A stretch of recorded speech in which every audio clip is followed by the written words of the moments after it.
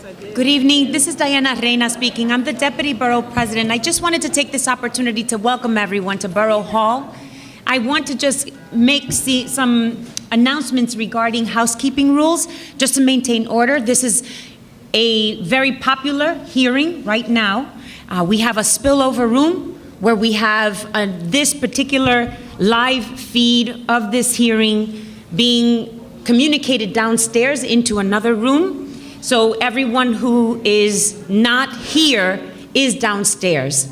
That's the overflow room. And so we know that there's limited seats up here.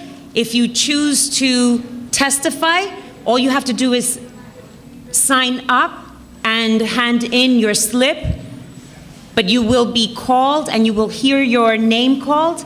Upon the reading of your name, you will come up if you're downstairs. So I just wanted to ensure that everyone will be heard this evening. We will not shut down this hearing until every person has testified that has already signed up to testify. Quiero dejar saber de que esta noche tenemos muchas personas presentes. Estamos acomodando a todo el mundo a entrar. Este es el salón principal, pero hay otro salón en el primer piso, a donde estamos ya enviando lo que es la comunicación por video real, en tiempo real, a donde si ustedes no están acomodados en este piso, están abajo. Quiero darle la bienvenida al edificio de Borough Hall, es su casa, y estamos asegurando que cada persona que se ha inscrito a dar testimonio lo va a poder dar esta noche. Nosotros no vamos a cortar esta audiencia pública. Queremos que todo el mundo tenga su oportunidad de hablar. Do we have the time clock? Yes. And it's 3 minutes per person. It's going to be a hearing for 3 minutes per testimony, no longer. And I will kindly interrupt if it does go over 1 more second. Due to the volume of people, I want us to all be respectful. It is important for everyone to be heard. It is important for the record to reflect the opinion of each individual. We have been joined by our council representatives of Community Board 5, and this goes into 16, correct? And Community Board 16. Council Member Rafael Espinal and Council Member Inez Dickens. Estamos aquí. Change my name. Oh my gosh. You went back to your days at City Council. I apologize. Council Member Inez Barron. It's a behavior that I have to recondition because I served with Council Member Inez Dickens. So I apologize, Council Member Inez Barron. I do want to just express that we have perhaps individuals that will speak in Spanish. We encourage you to do so. This is an opportunity for you to give your testimony in your native language, and it will be translated for the record upon the proceedings of transcribing this particular hearing.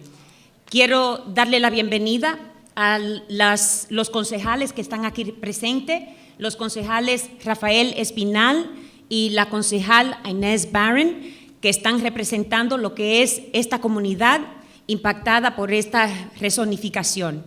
Estamos pidiendo que por favor respeten 2 cosas: el tiempo de cada persona, limitado a 3 minutos por testimonio, y la opinión y el testimonio de cada persona.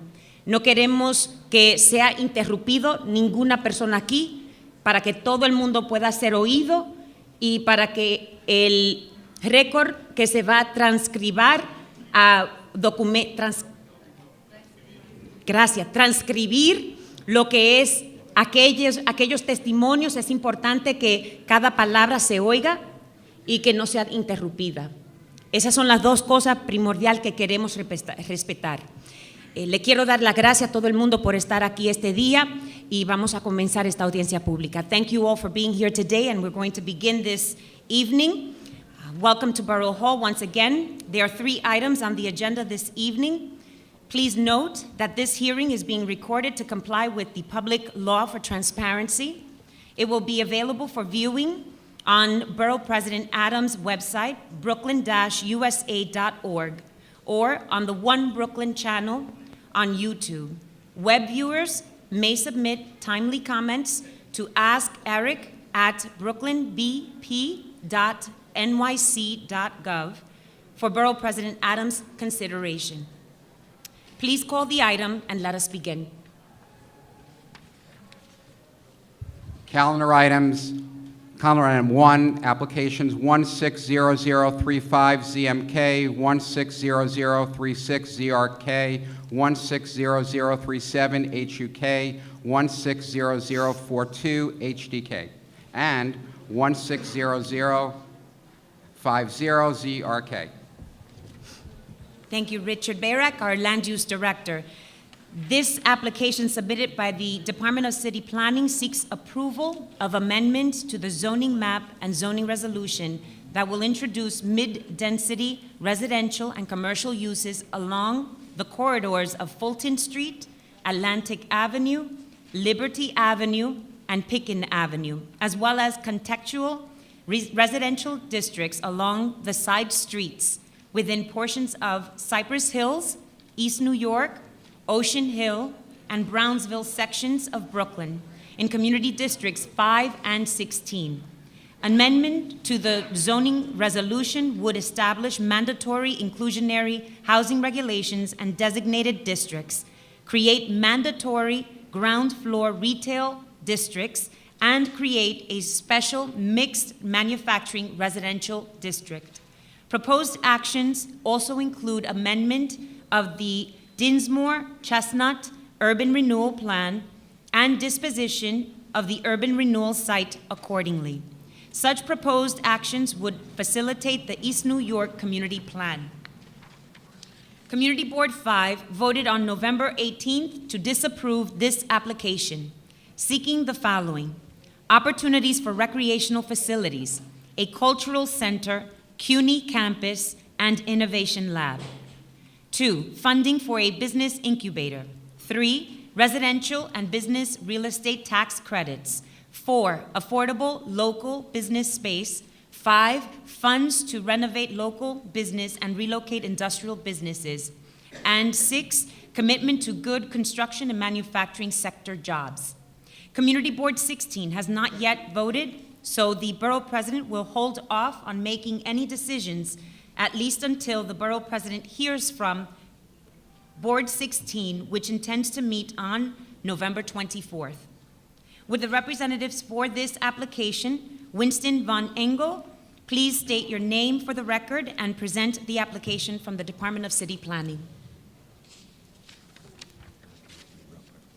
Good evening, Madam Deputy Borough President, Councilmember Inez Barron, Councilmember Rafael Espinal, and residents and interested parties in East New York. My name is Winston Von Engel. I'm the director of the Brooklyn office of the Department of City Planning. And many of you know me, and we know many of you. This is a return after many, many months and years of working together on the East New York Community Plan. I want to point out that I'll be joined in this presentation by Corin Manning, the project manager for the Brooklyn office of the East New York Community Plan. And then there are other representatives here from the Department of City Planning, as well as the Department of Housing Preservation and Development, to listen to your testimony tonight, and if you would like to also provide any additional information. And so let's start. As many of you already know, the East New York Community Plan is a neighborhood. Here you go, Winston. There we go. Is a neighborhood plan to strengthen both East New York, Cypress Hills, and Ocean Hill. The goals of this plan are to provide and require affordable housing. Thank you. To provide and require affordable housing, to expand economic opportunity in East New York, and to bring new community resources, including a new school, to East New York. Okay. So why are we here? Why is the East New York Community Plan being proposed? East New York Community Plan is part of Mayor de Blasio's, this city's plan to provide for 200,000 units of affordable housing. That is 120,000 units of those through preservation of existing affordable housing and 80,000 through new construction. And the way this is to be done through the Housing New York Plan is through community-based plans, through community participation, where communities together with city agencies plan for affordable housing, for economic development, and community resources, such as it was done here in East New York. And the reason why we are here, all of us here, you and we, the city agencies, and the borough president, and the council members, is because there is a clear gap between rents and incomes. Many of you yourselves pay an exorbitant amount of your income for housing, for rent. In fact, more than half of New Yorkers pay more than a third of their income for housing, which is more than what you're supposed to pay. And in East New York, that proportion is even higher. And so the need to act in East New York and in Cypress Hills and in Ocean Hill is even greater.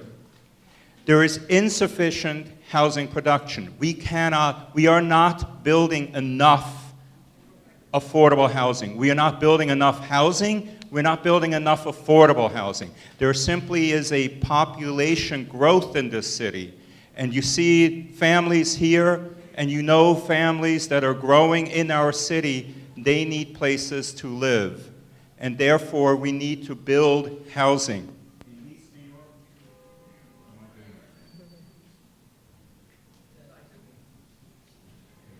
And in East New York, the zoning is so low. It's okay. Okay. All right. And in East New York, the zoning is so low that you cannot build affordable housing in sufficient quantities. And then finally, we have population growth. I mentioned the fact that there are families growing in East New York, in Brooklyn, in New York City. One of the reasons why we are providing a new school as part of this plan is because we heard the community say that your schools in East New York and Cypress Hills are overcrowded. That means there are families here already. This community is growing. So we expect that the community, that city of New York will grow by about 400,000, 600,000 people in the next 15 to 20 years. We already grew by many more times that in the past 25 years. Oops, sorry.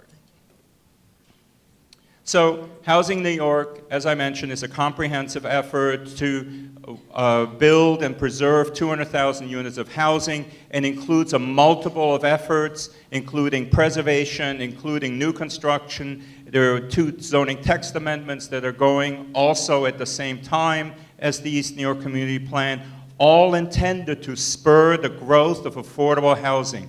That is the single most dominant goal of this administration, is to build more affordable housing for everyone.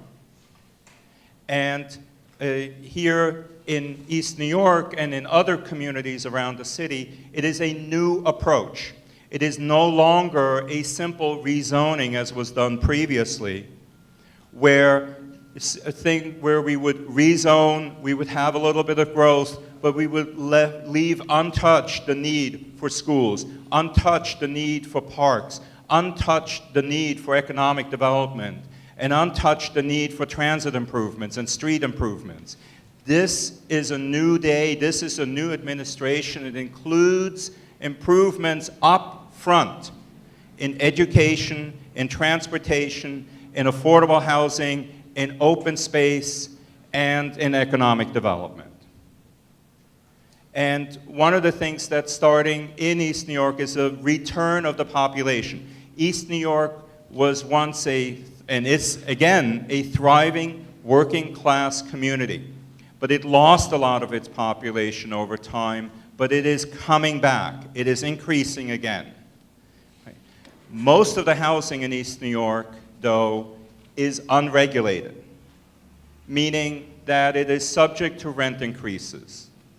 Well, only a third of it is government assisted and therefore can be controlled. And so now, walking you through the East New York plan will be Corin Manning, who will describe all the activities that are part of this plan and how we expect to create affordable housing. Thank you. So this plan looks at a specific portion of East New York, the northern portion of the district that borders Cypress Hills, Brownsville, Ocean Hill here, as shown on this map. And this area is an area that, as you can tell, Atlantic Avenue runs down the center of this portion of East New York and then is bordered by Fulton Street, Pitkin Avenue, and runs from about Broadway Junction to Conduit Boulevard. This is an area with a lot of transit. The AC line runs here, as well as the JZ and the L and the Long Island Railroad, a regional rail line, which means this area has incredible transit access. It's easy to get to other parts of the city for work and for school from this neighborhood. The Department of City Planning began a neighborhood planning effort about 3 years ago. This was called Sustainable Communities East New York, and this was a study that looked at needs in the community as well as opportunities for affordable housing and economic development. And out of this 2-year study came recommendations for future growth in the neighborhood and goals around providing affordable housing and economic development adjacent to transit. In this process, we worked with community residents, the community board, and local organizations to develop a framework for growth in East New York. And then this planning process continued into a new phase, a much more intensive phase of planning after the release of Housing New York in May 2014, when we began working with the community about how to actually put this plan into action through the East New York Community Plan. And this was a process that involved many city agencies, the Department of City Planning, as well as all the city agencies that work to support healthy neighborhoods around the city, including Housing, Preservation and Development, the Department of Transportation, the Parks Department, Economic Development, Small Business Services, and the School Construction Authority. So we really were able to, through the lens of all these agencies, look at all the different aspects of what makes a healthy neighborhood. And this plan was also involved intensive outreach. We held a number of community visioning sessions where we were able to talk to residents and ask them about what they love about their neighborhood and their vision for the future of the neighborhood. So some of the things we heard are that residents want to ensure that the neighborhood continues to be affordable. This is really a primary goal, as well as protecting tenants and preserving the character of residential parts of the neighborhood. In our research, we found that as Winston mentioned previously, East New York has very few protected affordable housing. More than half of the units in East New York are unprotected, which means rent is completely dependent on the market. Rents can increase without any regulation on rent prices, which means can make tenants at risk of very high rents. Most housing is in smaller homes. And as well, the zoning allows a lot of new development that doesn't match the existing character of housing today. We also heard that residents want to see more affordable housing and housing for diverse demographic groups, for families, as well as for seniors. We found that the zoning in the neighborhood today does not permit substantial production of affordable housing or any new housing on a lot of the major corridors. On other areas, housing is restricted to very low density, and this has really over the years restricted the supply of affordable housing. We also heard that residents want to start new businesses, and they want to grow their businesses with the neighborhood. And residents want to see more retail and more grocery stores in particular along retail corridors like Fulton Street and Pitkin Avenue, and also want access to jobs. What we found is that many retail corridors are fragmented. For example, Pitkin Avenue is 40% of the ground floor units on Pitkin Avenue are residential, which really disrupts the retail continuity on that street. There's very few full-service grocery stores, and there is high unemployment relative to other neighborhoods in the city. We also heard that there's need for more community infrastructure in the neighborhood. For example, Atlantic Avenue is very dangerous, difficult to cross, and can be an unpleasant place to walk. What we found is that Atlantic Avenue has a very high rate of pedestrian injuries and even fatalities. This is a very dangerous corridor.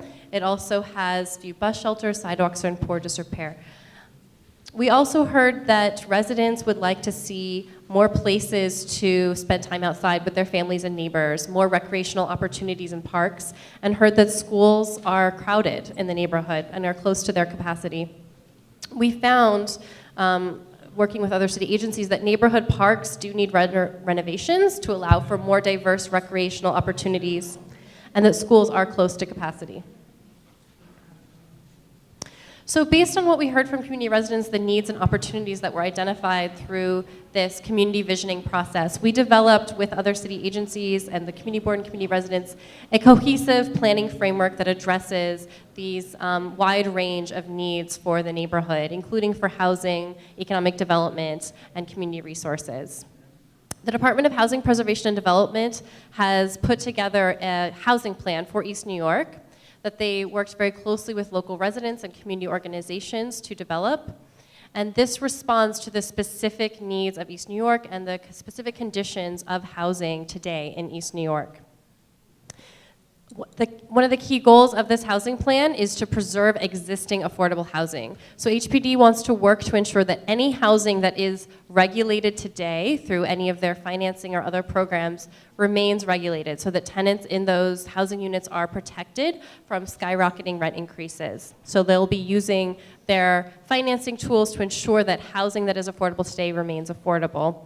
They'll also be enhancing their marketing to bring new units into regulation. Units that are not regulated today can become regulated through HPD programs such as the Green Preservation Program, a new program being launched by HPD that not only supports affordable housing but supports greener buildings and more sustainable housing by offering incentives for energy efficiency retrofits and sustainability measures in buildings in exchange for keeping rent stable for tenants.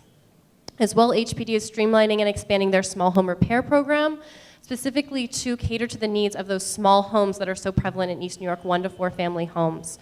There'll be new, broader opportunities for loan programs for those small homeowners.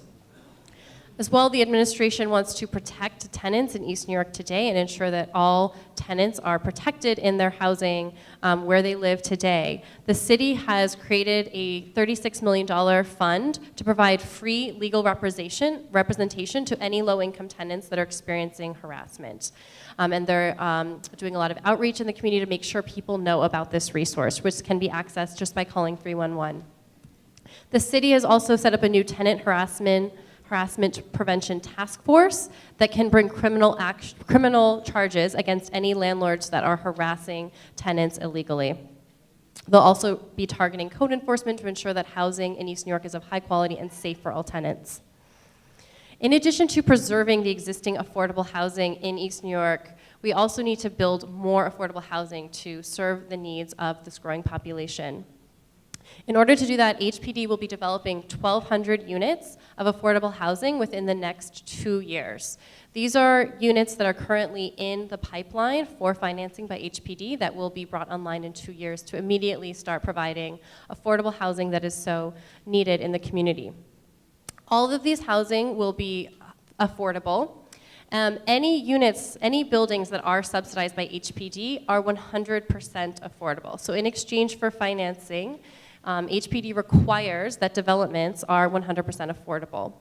Given market conditions in East New York today, HPD knows that many developers will be seeking these subsidies from them in order to help cover the cost of development, which is extremely expensive in New York. So in exchange, those units would be affordable, and they would be affordable to households earning between $15,000 to $77,000 per year.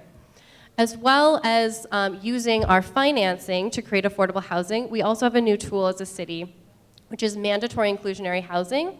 This will require that any development on private sites, on any sites, would have to be mandated to include at least 25% affordable housing. These would be permanently affordable units. So over time, in the near term, in the next few years, HPD expects to use their subsidy to create buildings that are 100% affordable. Over time, as market conditions could change in East New York, mandatory inclusionary housing will still ensure that in any new development, this is requiring private developers to provide affordable housing, any new development would be 25% affordable.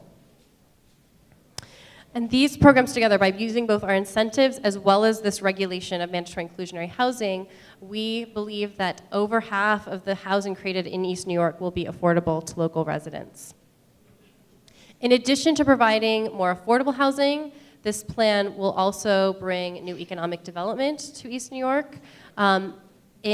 One of the things we heard from residents was that there was a need for more accessible job training, and that folks wanted to see SBS be able to offer job training in East New York. So the Department of Small Business Services will be opening a new Workforce One satellite center in East New York, Brownsville area in the next few months. This will make career services much more accessible to local residents. In addition, the city just launched a new program called Hire NYC, which will require that any housing project receiving $2 million or more in HPD subsidy is required to register open construction jobs with the Workforce One system. So those jobs will be open and available to local residents. Small Business Services is also establishing industry partnerships in construction, manufacturing, and hospitality sectors to build relationships with those sectors and provide more good-paying jobs in those fields. As well, the Department of Small Business Services will be helping local businesses in East New York to grow and expand throughout this process and help local residents who want to start a business to get the resources they need and the expertise they need to do that. SBS is offering a range of programs to small business owners, including a training course that will be launching this spring. They're also now conducting a commercial district needs assessment to look at the retail environment on Atlantic Avenue, Fulton Street, Pitkin Avenue, and Liberty Avenue to assess what services those businesses need to thrive in East New York. The Economic Development Corporation is also conducting a study of the industrial business zone. So the industrial business zone is located just adjacent to this rezoning area. Right now it is zoned for manufacturing use and will continue to remain so. So there's no zoning changes proposed for the industrial area. But we are looking at how this industrial area can provide more jobs for the area. Right now, this industrial business zone is home to about 4,000 jobs, and we think it can provide even more for the community. So the city will be investing in city-owned property in that area and has recently put up new signage for the industrial business zone to attract new businesses and jobs to the area. We also want to make sure that as the community is growing, it is safe and attractive for residents. DOT is going to be doing a major project on Atlantic Avenue to build a raised planted median with pedestrian refuges on all the intersections on Atlantic Avenue, making it much safer for pedestrians to cross. We'll also be rebuilding sidewalks, putting in new street trees to make sure that it is an attractive, safe street for both drivers and pedestrians. As well as pedestrian infrastructure, we're also investing in transit infrastructure. So the MTA has recently announced that the Livonia Avenue Junior Street station, where the 3 and the L connect, is going to be, there's going to be a free in-station transfer there. So those two stations, which currently are disconnected and require stairs to get between them, there's going to be a connection between these two stations with ADA accessibility, so elevators at this station. This is something that has been called for by community residents for many, many years, as well as elected officials. The city will be building a new school in East New York to serve the needs of existing residents and future residents of the area. This will be a school with up to 1,000 new seats in East New York. As well, to make sure that there are more recreation spaces and green spaces in the community, the Parks Department is investing in existing parks, including City Line Park, which is located on Conduit just behind Transit Tech High School. Right now there's a 1-acre asphalt area that is underutilized that is going to be redeveloped, and actually community residents are going to play a key role in that redesign, as the Parks Department is going to be looking to you all for design input and to hear what types of recreation activities people want to see in that area. So they're going to be starting a design process later this winter. And I hope everyone has a chance to participate in that, in making this a new green recreation space in the community. We're also improving play equipment at Lower Highland Park and repairing courts at Sperandeo Brothers Park. The Department of Environmental Protection will be installing bioswales throughout the neighborhood to ensure that other key infrastructure, which is stormwater, is covered in the area, and these will clean stormwater and make sure that water in our community is clean, as well as make streets more attractive. So in order to support all of these goals for affordable housing, economic development, and new community resources, we looked at how these different needs could be accommodated throughout the community, in different parts of the community, and looked at assets, primarily transit access, and where housing and economic development could be most appropriate in the community, and identified areas that could support higher density development. Those include Atlantic Avenue, Fulton Street, Pitkin Avenue, and Liberty Avenue. So corridors where there is transit are areas that can support this new development, while side streets, residential areas that are low density today would be protected and remain residential areas.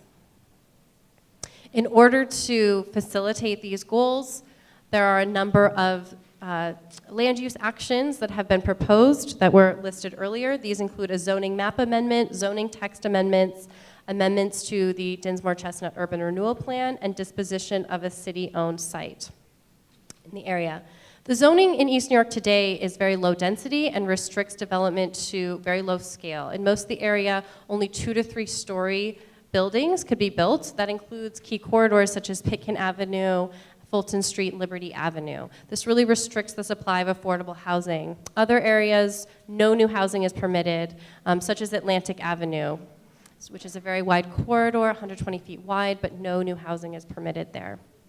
The proposed zoning would allow mixed-use development along these corridors, so along Atlantic Avenue, Fulton Street, Pitkin Avenue, Liberty Avenue, as well as around Broadway Junction. Mixed-use development would be allowed, which means the ground floor could be retail or community facilities, and above would be affordable housing. On a number of these corridors, it would be required to be retail or community facility at the ground floor to create more active streetscapes. As well, the residential mid-blocks and side streets would be protected. The text amendments that are proposed would establish mandatory inclusionary housing in East New York. This would be the first neighborhood across the city to be designated as a mandatory inclusionary housing area. This, again, would require that 25% of all the new housing would be affordable, permanently affordable. As well, enhanced commercial districts would require non-residential ground floor uses along those key transit corridors. And then special mixed-use districts would allow industrial uses to coexist with residential uses in areas where we see industrial uses today. An amendment to the Dinsmore Chestnut Urban Renewal Plan would change the allowed uses on this city-owned site, which is located here at Chestnut Street and Atlantic Avenue. This is about an 80,000 square foot city-owned site, which today the Urban Renewal Plan restricts this site to only industrial uses. So this amendment would allow residential, commercial, community facility, and industrial uses on this site. This is an area that could accommodate a new school for the community, as well as housing and other community facilities. So to give you a picture of how some of these proposals could change the look and feel of the neighborhood, this is Atlantic Avenue today at Warwick Street. And what we find today is that the street is characterized by low-scale auto-oriented uses. There's no new housing permitted. It's a wide street that is very unsafe for pedestrians. The sidewalks are in very poor condition. With implementation of this plan, some of the things it could bring are new affordable housing, new stores and local jobs, a safer and more attractive street for both pedestrians and cars, and a new school and access to parks.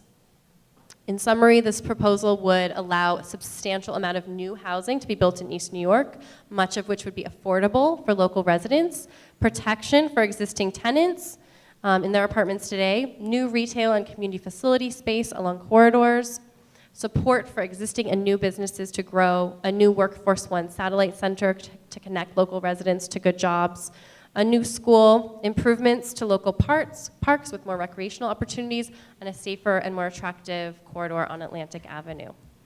Thank you.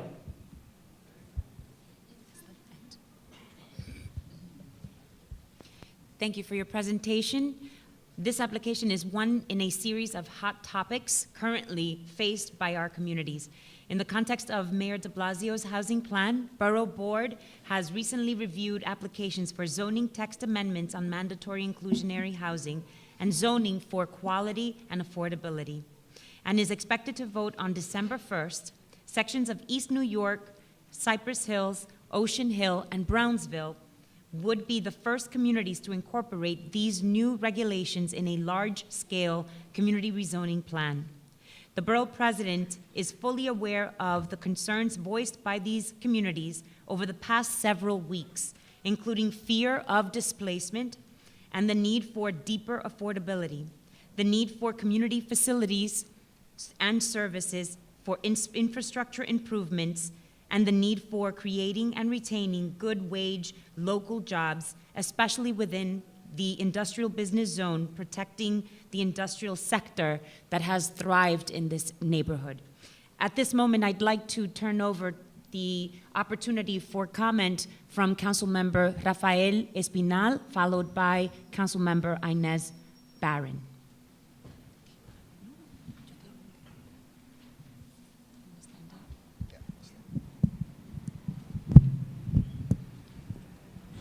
Good evening, everyone. Buenas tardes. Just says, a lot of us are tired, estamos cansados. We're hearing the same presentation for months, if not even for a year. But I'm just here to say that, I understand everyone's frustrations. I understand everyone's concerns. I know we're all afraid of the changes this might bring. But I'm going to give two examples. One example is Williamsburg, where the city decided to rezone. And what happened there? We had a lot of working families, a lot of immigrant families pushed out of their homes because they couldn't afford the rents, because luxury developers came in and didn't build enough affordable housing. But I was from a different era. I can tell you what's happening in Bushwick, where government did nothing, and families are being pushed out in droves. But now we have a unique opportunity where we actually have a chance to voice our concerns, make sure our concerns are met, and try to protect as many people as we can in East New York from being displaced. Now, I'm not saying that I support this plan, because currently I don't. I'm not saying I oppose it, because I believe we need to create a plan. But I know that through our leadership together, whether through my office, the office of Inez Barron, the office of the Borough President, your voices, and all the coalitions in the neighborhood, we'll be able to create a plan that is best for our community. So we have to continue working together, continue pushing forward. I know the community boards have voted. Tomorrow, CB16 will vote, and this process will go on as well. But we have a lot of time to make sure that our needs are addressed. And I'm going to speak on those needs. One, make sure that we can protect as many tenants as we can in our communities. We want to make sure no one is facing displacement, and that the city is doing everything they can to protect everyone in their homes. Two, is to make sure that affordable housing is in reality affordable to everyone who's living in East New York. We saw affordability levels that they showed us in recent months. A lot of us don't agree with those numbers, so we're going to push for more. We're going to push for more deeper affordability levels. Three is the jobs aspect. We're talking about making sure we not only have jobs for careers as well. I pushed for them to do a study of the industrial business zone to create more manufacturing jobs. As it was noted earlier, there are currently 4,000 jobs there, but there's opportunity to create thousands of more. If we're going to have 7,000 projected apartments, we should have at least 7,000 new jobs for the families moving into those apartments. Also, we're going to talk about the small businesses in the area. We got to protect the strong ones that have been there, serving our communities. We have to do right by them. And if we're going to include new businesses to move into the Atlantic Quarter and the Fulton Quarter, make sure that they're high road retail, paying a living wage to the local community. And it's something I've been advocating for a while now. We also have to make sure that the resources are there, our schools, the needs are met. 1,000 seats, we've heard, we believe is not enough. Earlier today I was looking at the numbers, and just at 3 schools in the rezone area, we're overcrowded by 300 seats. So imagine with the amount of density that this plan is going to bring, and also fulfilling those needs, we have to make sure we look at those numbers and that they're right for this neighborhood. And we have to make sure we have our community centers that we've been fighting for. Make sure that we have the Workforce One Center there and it's actually providing jobs to local residents. So there's a lot of work that needs to be done. Just want you to know that I'm continuing fighting for all of you. Let's stick together and make sure that East New York plan is the best plan we can get from the city. Thank you.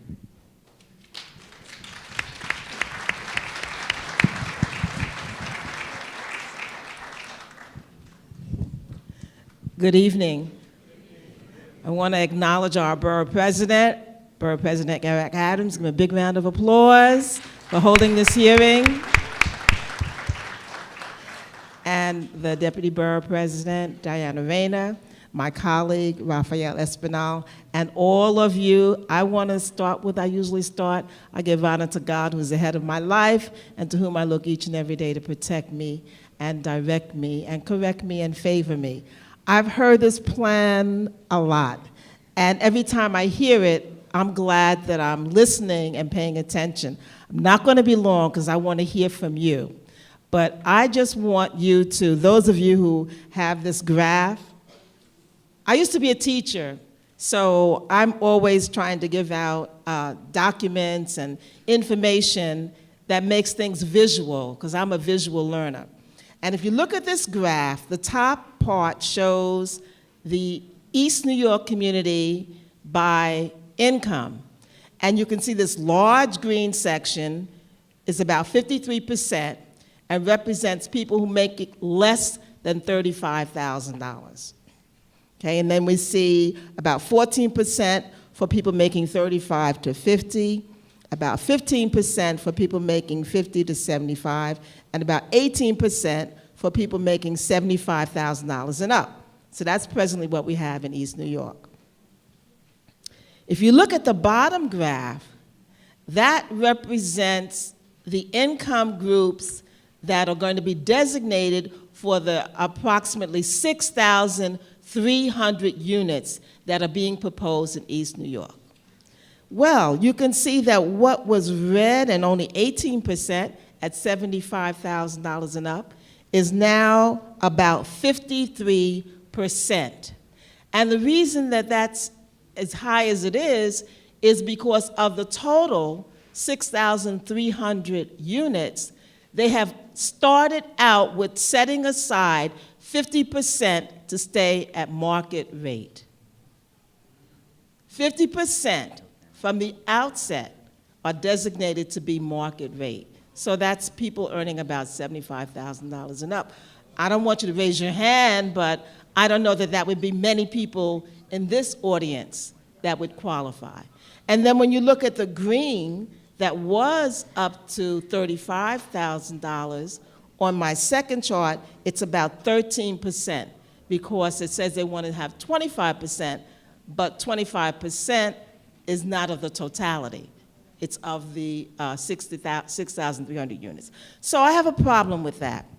And HUD had a statement, and in their report, the HUD report, which is also listed in the full document that the city planning has produced, the HUD report says, sustainable communities has the potential to spur gentrification and displace residents in low and moderate income areas. Recent research confirms that walkable, transit-oriented communities nationwide are becoming increasingly less affordable and have varying benefits depending on income levels. That's in the report that DCP has that's submitted. So if you read through all those pages, the information is there. So my question is, affordable to whom? Affordable to whom? Okay? So at present, the way the plan is constructed, it does not afford those of us in our community the opportunity in equal measure to get the equal number of units that they will be bringing in that will allow us to participate on an equitable basis. So I have a problem with that. And we also want to say that they don't tell you the size of the units. So we need 2 and 3 bedrooms. Some of us perhaps need 4-bedroom apartments. But we don't know of the units that they're going to bring in that they call affordable, How many bedrooms are going to be? How many of them are going to be studios or one bedrooms? So it's, there's a lot to still be determined in this plan, and the way that it exists, I do not support it. And as you know, the Community Board 5 did vote it down. It didn't get any votes. It didn't get any votes. Thank you. I have some more information, but I want to hear from you. I just wanted to give you my understanding in a nutshell. Thank you. Thank you.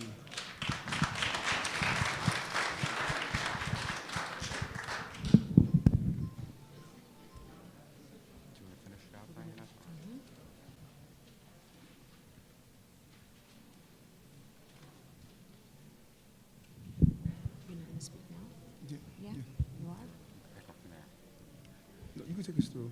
Right before the residents speak. So finish up what you was finishing. Okay. We're up to here. Okay. This is it. Oh, yeah. Okay. First of all, I'm happy to see a full house, both downstairs and upstairs. This building is your building, and you should feel as comfortable as possible.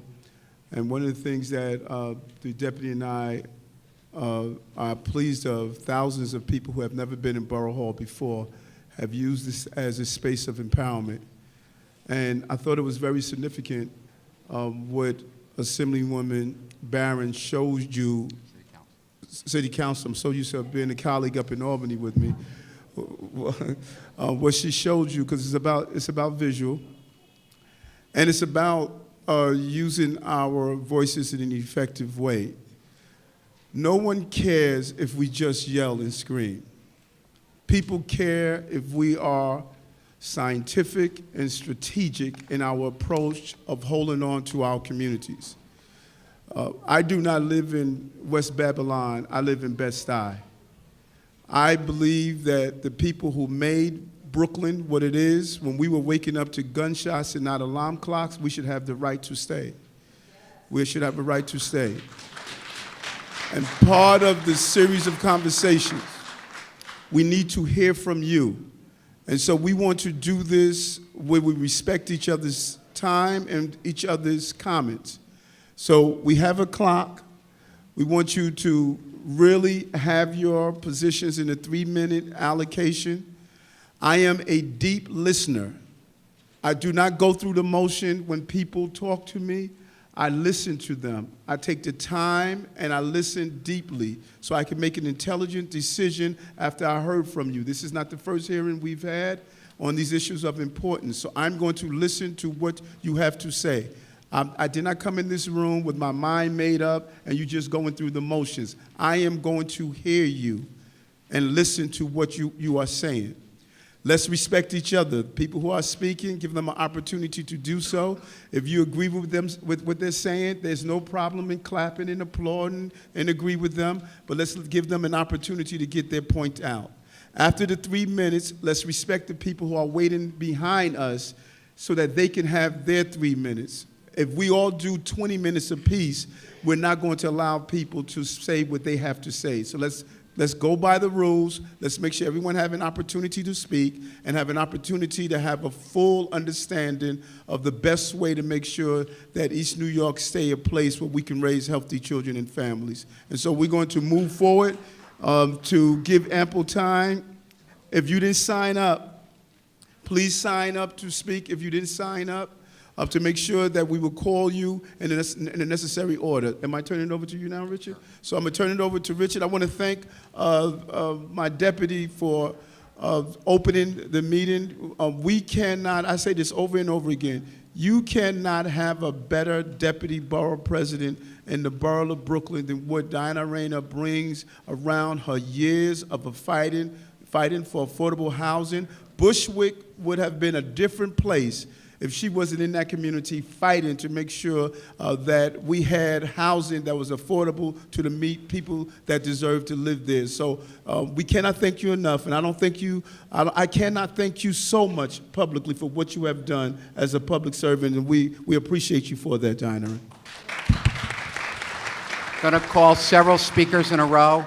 First speaker is Dharma Diaz, followed by Mary Crosby, followed by Zumilina Thien, followed by Amanda Champion.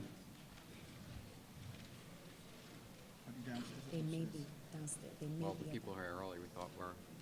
So, if and they it, didn't separate them. okay, we're going to come back to those people. If none of them are here right now. They may be downstairs. Somebody say, I think one of them's here. Just say your name, just stand up. Just come up if to the you're- mic, if come you're up to the mic, please. So the names again with Dharma Diaz, followed by Mary Crosby, followed by Zumilina Thien, followed by Amanda Champion. Can you say your name, please? I'm Amanda Champion. Okay, go ahead. So I want to thank the efforts of the City Planning Board with the Ms. addition of Champion, can you just- groundswells. Can you just get close to the mic? You have to Yes. speak into that mic because it's going to Belt project. it out. Yes.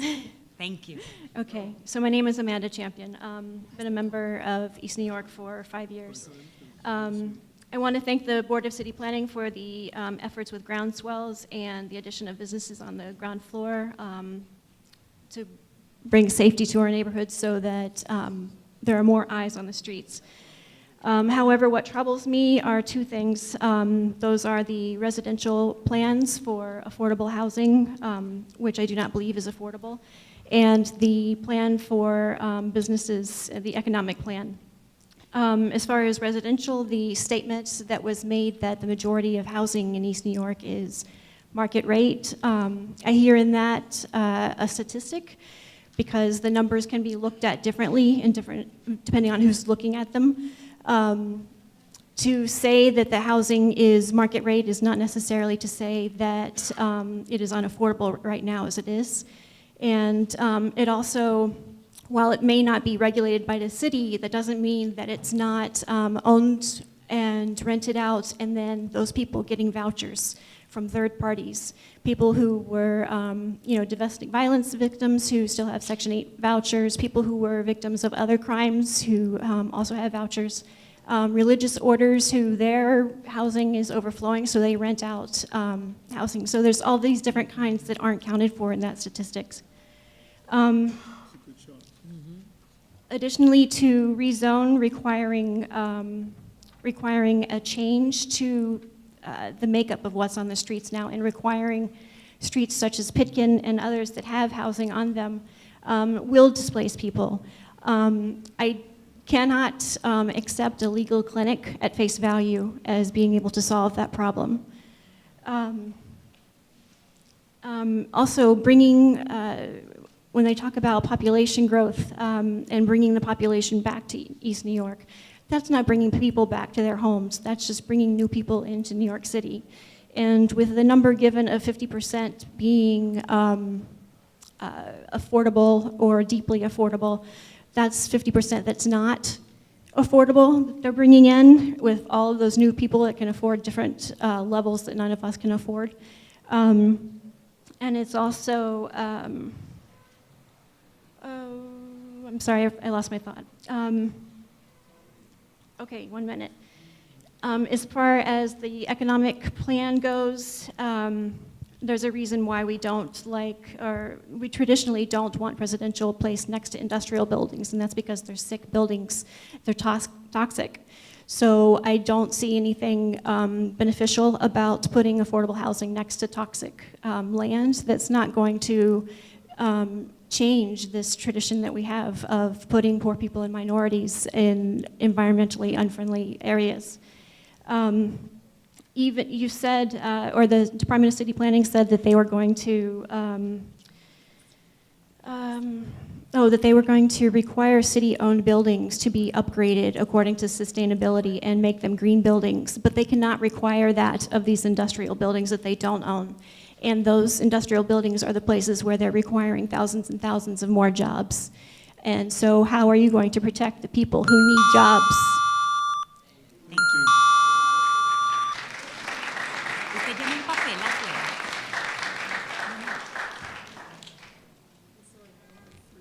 Thank you. It's okay.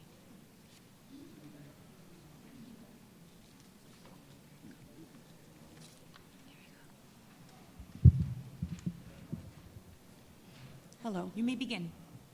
Hello? Okay, good. Thank you for holding this hearing, and thank you for the State your name, opportunity please. to speak on this important subject tonight. Can you state your name, please? Oh, yes, I'm getting to it. I'm losing time, though. Yeah, no, I got the clock here while we're... Can you change the clock, please? Okay. My name is Mary Crosby, and I am speaking tonight as a housing advocate, especially for rent-regulated tenants, seniors, and the homeless. I'm a volunteer with the Metropolitan Council on Housing, and I want to thank Borough President for your stand criticizing the Brooklyn Heights Library project. I'm not here tonight on that, but anyway, this rezoning plan would establish a framework that would then be applied throughout New York City, one size fits all, and overriding current neighborhood zoning variations. In addition, it seems that the plans would lock in the proposed development framework indefinitely so that the City Council and other officials would not be able to intervene, adjust, or amend things in the future, and I think that is a dangerous feature of this plan. Locals around the city consistently name 3 things they're looking for but are not in this proposal: truly affordable housing, protection of open spaces such as gardens, and support of mom-and-pop businesses in the neighborhood. Some even call for all new construction to be fully made up of affordable units. Okay, I'm gonna have to skip ahead here. The affordable housing components in the proposed plan do not match the reality of New Yorkers who need housing, and this is the main problem with the proposed rezoning plan. The development of mixed-use, mixed-income housing can lead to the unintended consequence of pushing up rents in the area, and in addition, push out businesses and small businesses in the area. I lived in Chelsea for many years. I moved there in 1976. And after rezoning, which happened in 1999, Chelsea now ranks high among neighborhoods with the greatest wealth divide between rich and poor. There's an article recently in the Times. The point that I want to emphasize is that in the case of Chelsea, its rezoning and other economic forces resulted in unprecedented inequality. And I want to caution city officials against opening new territories for luxury development under a program that will not produce the needed affordable housing and without adequate protection for communities. I don't think the HPD and the legal things that were mentioned before will be sufficient. I echo the previous person. And I have a few more ideas that unfortunately I'm running out of time here. I have put it in the written material that I gave you. I'm questioning the unprecedented and unregulated flow of cash into the real estate market, which drives up rents. I believe that there's a speculative housing bubble which encourages developers to develop housing for profit and not for people to actually live in. Many of these units are not even being lived in. Okay. Thank you very much. Natalie Rose. So again, Natalie Rose, followed by Roy Aarons, followed by Charles Maggiaria, and in case... Were you called earlier? Yes, I was. Okay. Zumalina Okay, so Dan. that was Dharma Diaz and Zumelia. Zumalina Dan. First of all, I want to thank everyone here and... Sorry. I want to thank everyone here and I'm thankful for this opportunity. Right now, I just want to talk about this idea that I have. Again, my name is Zumalina Dan, and in my childhood, I was raised all over East New York and Cypress Hills, and I'm here to ask a question to the community, especially the people of East New York and Cypress Hills, and that is, how many people are hurt by the demolition of the East New York Savings Bank? Can I see hands? For those who don't know the East New York Savings Bank, the East New York Savings Bank was located at the southeast corner of Atlantic and Pennsylvania Avenues. For the driver that came west of Brooklyn, heading east across the elevated section of the Atlantic Avenue, there stood the East New York Savings Bank, like the Statue of Liberty, to welcome us into our neighborhood. The building was designed by one of the most eminent architects of the time, and its construction in 1889 represented the community's growth and prosperity. Early this year, on February 11, the popular blog Brownstoner announced that a demolition permit was filed to turn down the East New York Savings Bank. And just like that, without any prior notice, the community lost one of its most precious treasures. The tragic ending of this unprotected landmark is a prime example of what the future will hold for us. Imagine that in the large territory of the Community District 5, only 3 of all the historical buildings are unprotected. The rezoning proposal and speculation has increased our physical vulnerability, and one by one, our buildings will be torn down and destroyed without any control. In the end, our neighborhood, as we know it, will become extinct. For this reason, the initiative called Preserving East New York has emerged with the mission to protect and preserve the buildings that are part of our identity and history. So I just want to show what the initiative is. And this initiative, the logo represents right now the 2 communities that are in jeopardy. The white symbol represents the column entrance of the East New York Savings Bank, and the leaf is part of the cypress tree, which represents Cypress Hills. The cypress trees is also a metaphor for what the community stands for. And in my research, the cypress tree, the cypress tree is an unusual tree because it grows in unfavorable conditions. And to me, that was a metaphor for the community, because although it's been through its ups and downs, the community has always found a way to move forward. Thank you.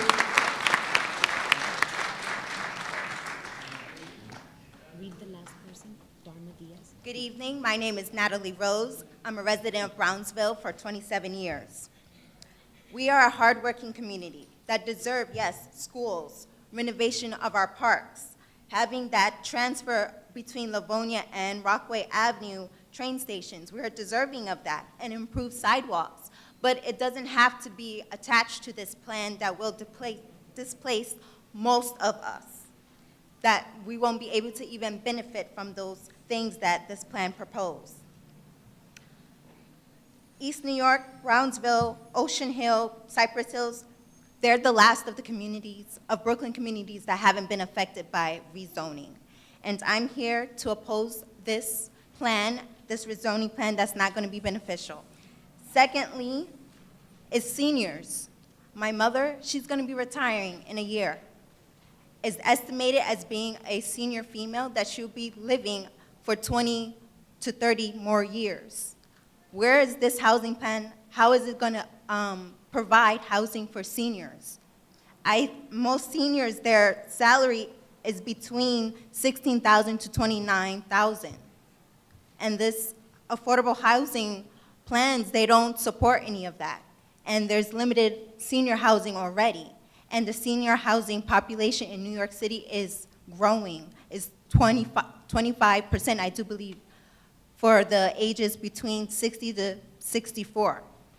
And it's going to continue to be growing till 2030.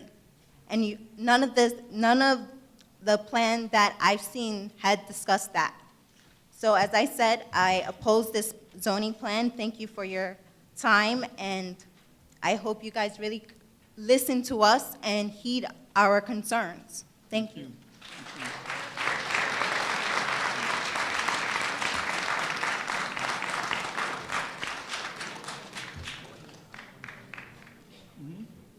Go ahead, you can start. Good. Okay. Good evening. My name is Blanca Figueroa, and I'm a youth leader at FOT. I have been a lifelong resident. I'm sorry, say your name again. Blanca Figueroa. And I have been a lifelong resident of East New York. Besides the fact that I have been living in this area since diapers, my entire family has been living as East New York residents for a very long time. In the past year, I have seen some big changes throughout the community. Change, however, may be good, but it has to be better not only for me, but for my friends, my family, and my neighbors, and for the students of East New York as well. Change has been noticed by many of us in the community, and we fear that the next step will be displacement. People who live here should be able to stay here no matter what changes. Anything built here should be built by the people of the community. Having a family who has been living in East New York, who has seen the struggles take place here, shouldn't have to worry about losing their home. As a student, I would like to see more schools, community centers, and more programs for the youth. Being a part of the younger generation, I feel like we have no voice in deciding what happens in our community. Seeing how my generation is thought of as the future and how this plan is discussing our future, it seems rather unfair to not incorporate us in the decision-making. With all these changes taking place, everyone seems to forget who is really being affected. The youth are the ones who have to experience these changes, whether they are bad or good. This is why the youth should be a part of improving our community. Changes being made by this plan should benefit everyone living in the community. Thank you for your time. Excuse me. How old are you? 15. Okay, when you become 18, what is the time? 16. At 16, you can become a member of the community board. I want you to make sure you're giving your application, and I want to place you on my community board, okay? Thank you. Hi, good evening. My name is Rebecca, but I'm standing in for Dharma Diaz. Good evening. My name is Dharma. You can lower it. Sure. I feel more comfortable like this. Thanks. Good evening. My name is Dharma Diaz, and I'm a homeowner and a longtime resident of Cypress Hills. I'm also a proud member of the Coalition for Community Advancement. I'm testifying on the need for the city to plan more public schools as a part of East New York Plan and to include parents, the district superintendent, and the Community Educational Council in this planning. We are urging you to vote no on the city's East New York Plan unless it is the community's plan. We commend the city for including in the East New York Plan a commitment to build 1,000-seat school that would open in the 2020 and 2021 academic year. We urge the city to document this in the commitment in its final environmental impact statement to assure that the projected new 1,000-seat school will be built by September of 2020. We also request that the city make plans now as to how they will alleviate the temporary and significant overcrowding that will occur prior to the completion date of the new school and come up with alternatives in the event that the school is not ready by the academic year 2020 to 2021. In the draft environmental impact statement, the city also identifies the need for additional 454 elementary public school seats and 183 intermediate school seats. We believe that this is a tremendous undercounting of the number of seats needed. The city has not taken into account the 13 charter schools that serve elementary school students in the study area and the 6 charter schools that serve intermediate students, all of which are located in the DOE buildings. Charter schools were not considered in the quantitative analysis. The seats taken by charter schools need to be deducted from local school capacity estimates. Furthermore, the city should treat the school seats in trailer classrooms as permanent and should adjust the utilization rates to reflect this. Any city action to relieve overcrowding in the schools in East New York as part of the rezoning plan should include plans to eliminate existing trailers by adding seats to existing facilities or through new construction. The plan should also preserve treasured community services in the school buildings like East New York Diagnostic and Treatment Center Clinic and the Beacon at IS 302 campus. The final plan should identify the seats needed for expanding public school seats and clearly state the financing commitments which will be made. The mitigation measures set forth by the final environmental impact statement must identify, earmark, and include large development sites, over 50,000 square foot footprint. In the NYC Department of Education's capital plan for construction as part of the rezoning, given the scarcity of large developable sites, and the need to provide comprehensive community services for the current community and for future population increase, a goal that the rezone recognizes, the city must address as a part of the rezone how it will proactively acquire sites for schools. The city must use all of the tools at its disposal, including eminent domain, to acquire sites before the rezoning is complete and land prices skyrocket.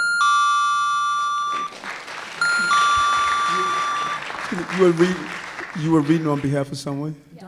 Dharma Diaz from the Coalition for Community Okay. Advancement. Okay. Thank you.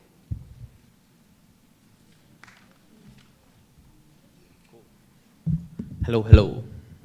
Thank you. My name is Roy Frias. I'm a youth program director with East New York Farms and at the United Community Centers. And yeah, so Brooklyn Borough President Eric Adams. I remember when you visited the farm. Nice farm. Yeah, I know. It's good. We grew a lot of hot peppers this year. You weren't in the hot pepper contest though. We need you for that. But yeah, I think basically when it comes down to it is that, I mean, I've been going to all the meetings since May of last year, and it's really just the particulars that that I think the community has really been disagrees with when it comes to how the plan should be carried out. Whether it comes to the rates for the AMIs for the area and median incomes, when it comes to what the focuses are for having this plan come out, it's a little particulars that the community board already voted down no. I think one of the stats that always got to me was that in my neighborhood, East New York, where I've grown up and worked and lived my whole life, that less than half of the it's less than half of the households earn about $30,000 or less. It's just that exact rate, the $30,000.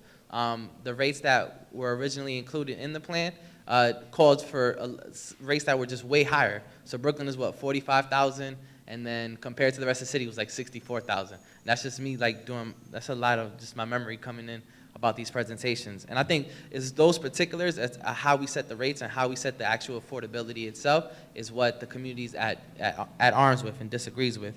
The lack of community services, especially emergency services as well. If we're talking about making a neighborhood denser, we would need a plan that would necessarily adjust itself or just adjust for the population, the new incoming population that would be coming as a part of it.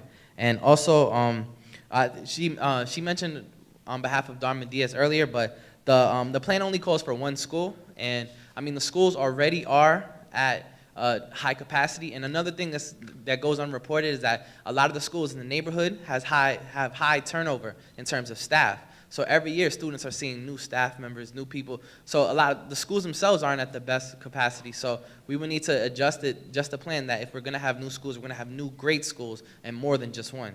I hope that that as we consider, and as we go through this process and as we continue to adjust the plan and tweak it more on the side of the community, that we can get deeper affordability to try and preserve and really just have the character of the neighborhood stay as is, all right?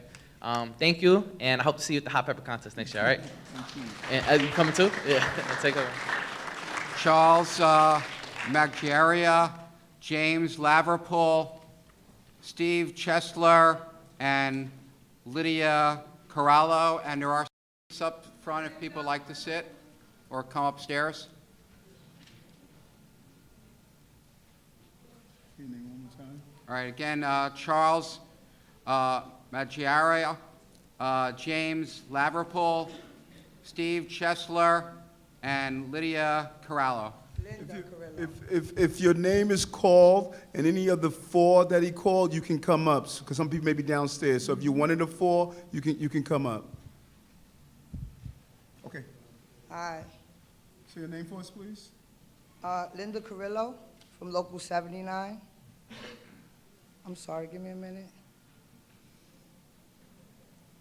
Okay. All right, I'm ready.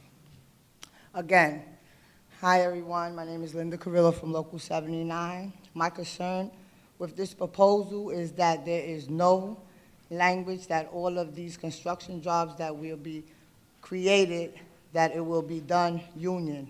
As a woman in this industry, I know the advantage that union provides me. Safe jobs, good wages, and benefits like health insurance and pension. I am afraid of my family being displaced. It is unjust to not be able to live in the city I helped build.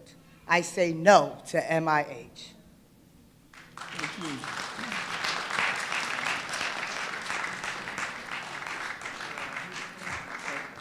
I like that short and sweet.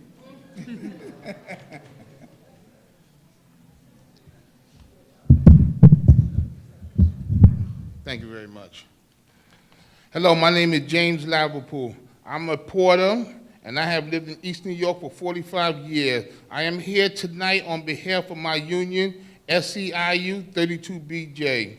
We represent 3,000 building service workers who live in East New York, and more than 500 who work here.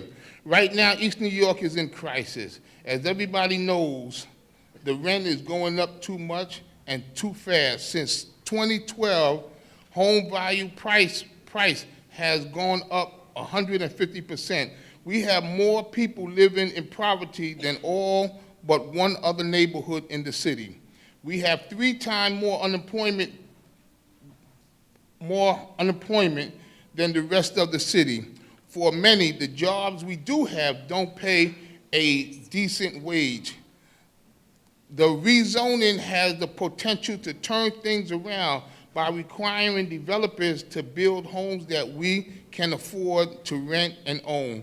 The plan could mean a real possibility for us to stay in the neighborhood we call home. For that to happen, we need a plan that sees good jobs and affordable housing as 2 sides of the same coin. It doesn't matter how many, excuse me, it doesn't matter how many apartments the rezoning create at 60% of AMI, or even lower if the people living in East New York don't have jobs that pay enough to afford these apartments. I know the new residential buildings will create more supers, porters, and handyman jobs. As a porter, I know the difference it makes when these are prevailing wage jobs and when they are not. What it is, union jobs, wait a minute.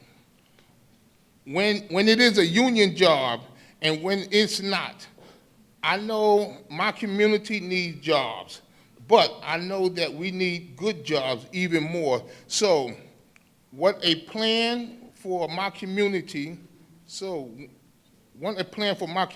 that makes sure that new buildings, service jobs are high quality jobs that pay prevailing wages. We all deserve decent housing and a decent job that makes it possible to pay the rent, support a family, and have a stable life in the city, in New York City. I think it's not, wait a minute, God, to be more careful. I think it's nothing more than the American dream that my mother and father had, that I have, and that I hope my kids have. We will have, didn't make it, but I was close.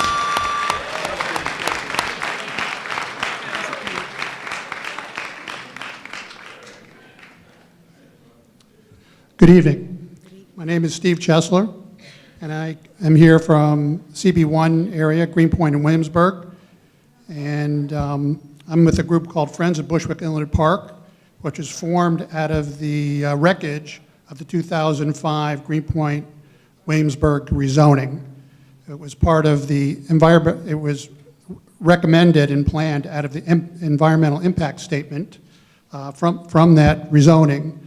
And that rezoning, as the council member referred to, is basically just wreaked havoc on our neighborhood unless you're a luxury developer or are able to afford to live in luxury housing. So in light of that happening, I just feel like the city, since Mayor de Blasio as a council member voted for that rezoning, has a huge credibility problem and a public trust problem. We have the same numbers in our neighborhood, 80-20, 80 market rate, 75, and basically everyone that I know at least a few friends who've been displaced, had to move in with their parents. Number one, I mean, to establish a credibility, we're still fighting for provisions out of our rezoning. If you were to fulfill those, then maybe you'd have credibility for what you're doing now. And as a human being, it's just, if you're really serious about stemming the problem of shortage of affordable housing, you got to flip those numbers. I mean, it's got to be 80 affordable, 20 market, because otherwise the market rate housing basically spread like a virus in our neighborhood, and it took over the businesses. Tons of businesses have turned over, and everything's high end. So please heed my words about what happened in our neighborhood, and please, come up with a real plan that'll really preserve and protect the residents of East New York and the surrounding areas. Thank you very much. Charles Mageria, Erica Glenn Byam, Audrey Sasson, Paula Crespo, and Frank Maggiore. And again, if you're standing, we have seats up front. If you're downstairs, feel free to come upstairs to the seats.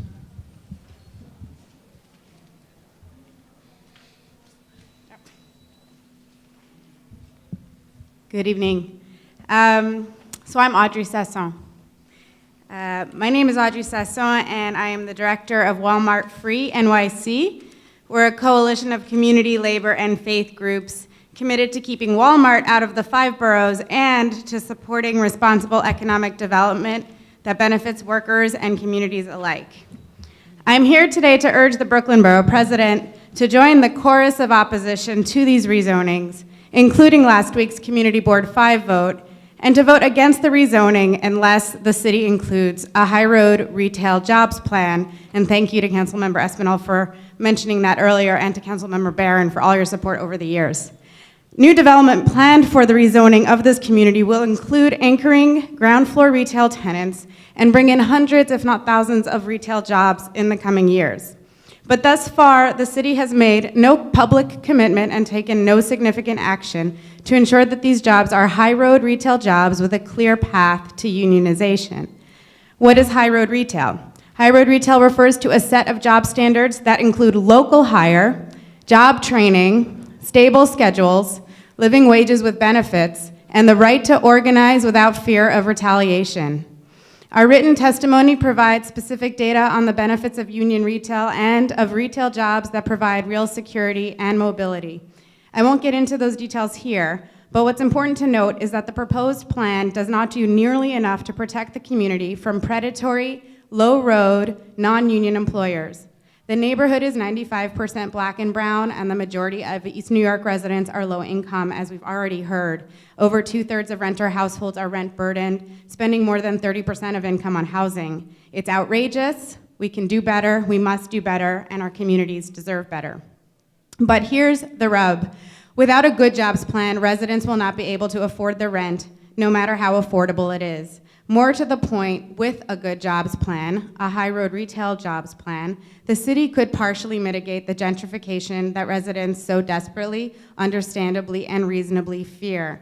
The first bullet of the city's presentation coupled high rent with low stagnant wages. These are connected issues, as our brother from 32BJ mentioned, and we will never reach affordability without also addressing the jobs crisis. Back in 2012, East New York residents came together to fight Walmart's entry into this community. They took on the largest retailer in the world, and they won. Walmart Free NYC grew out of that fight and remains invested in how our city makes decisions about economic development, precisely because we know the city would be doing long-term harm to East New York if steps are not taken to guard against creating Walmart-type poverty retail jobs. I will end with that because my time is up, but I do have more information in there, including a document that will help provide a roadmap for how to achieve high-road retail in the rezonings.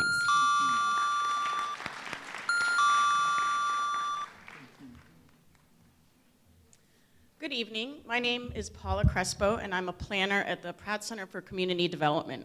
My organization is one of several technical assistance providers to the Coalition for Community Advancement.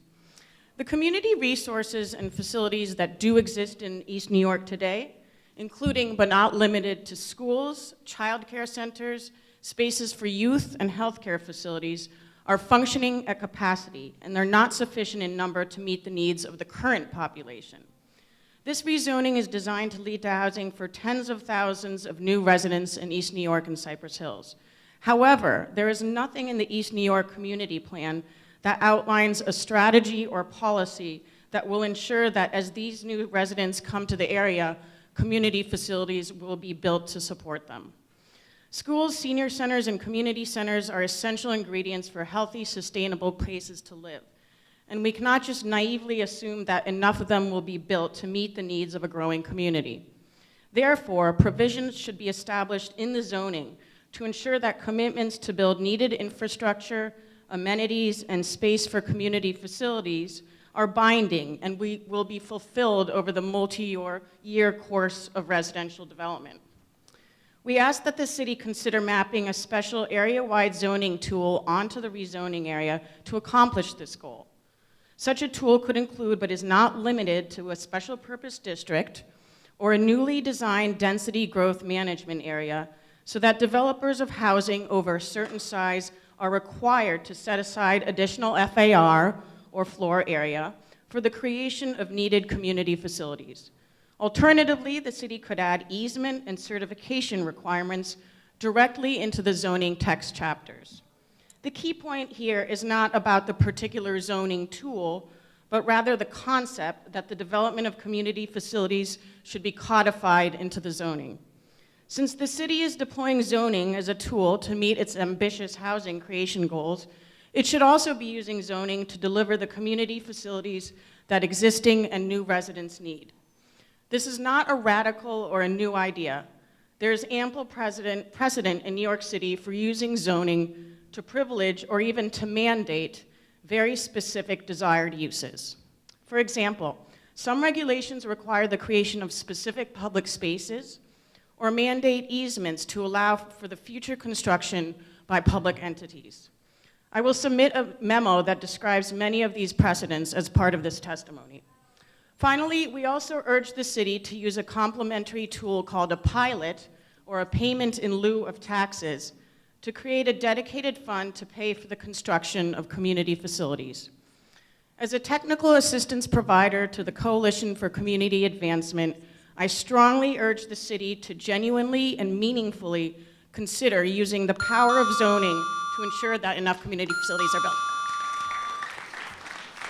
Again, Charles, Majaria, Erica, Glenn, Byam, Frank, Mador,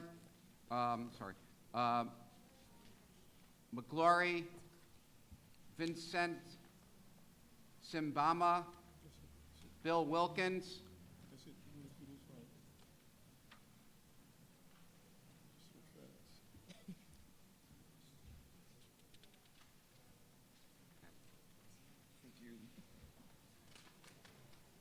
and if you're downstairs or standing up in the back, please take advantage of their seats here.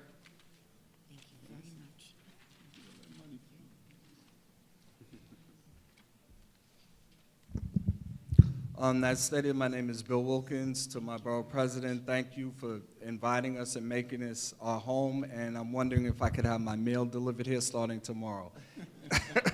In any event, my name is Bill Wilkins. I'm the Director of Economic Development for the Local Development Corporation of East New York. For 35 years, our mission has been growing businesses, changing lives, and strengthening communities.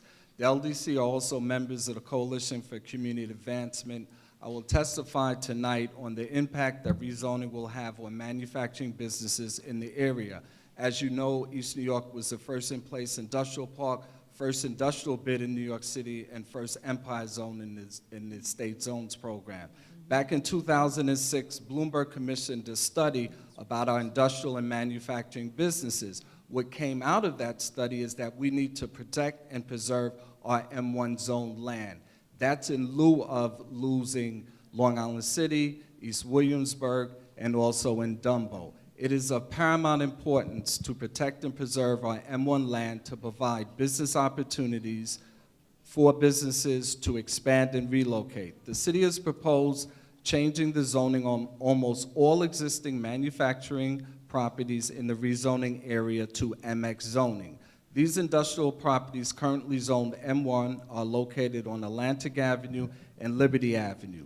We are very concerned about the manufacturing sector in our community, which has long been the backbone of an otherwise bleak local economy. Manufacturing jobs pay an average of $50,000 annual. These are good living wage jobs that East New Yorkers desperately need. The MX zoning districts being proposed allow for industrial, residential, and commercial development. But in 14 other neighborhoods of the city, MX zoning has failed to promote a real mix of uses or to preserve land for manufacturing. As documented by the Pratt Center for Community Development, without exception, the MX designation has resulted in a loss of industrial land. They have found that 41% of industrial space in MX zones was lost by 2014, and other uses increased by 71%. We have started to see this trend already prior to the East New York rezoning even being approved. The former Borden's Dairy Factory, located at 2840 Atlantic Avenue, is being sold for $12 million or $157 a square foot for mixed use and residential development. At this acquisition price, the neighborhood will neither preserve manufacturing jobs nor get the deeply affordable housing it needs. In the city's own draft environmental impact statement, says there'll only be a decrease of 27,000 square feet of M1 land. This particular incident already exceeds that to about 60,000.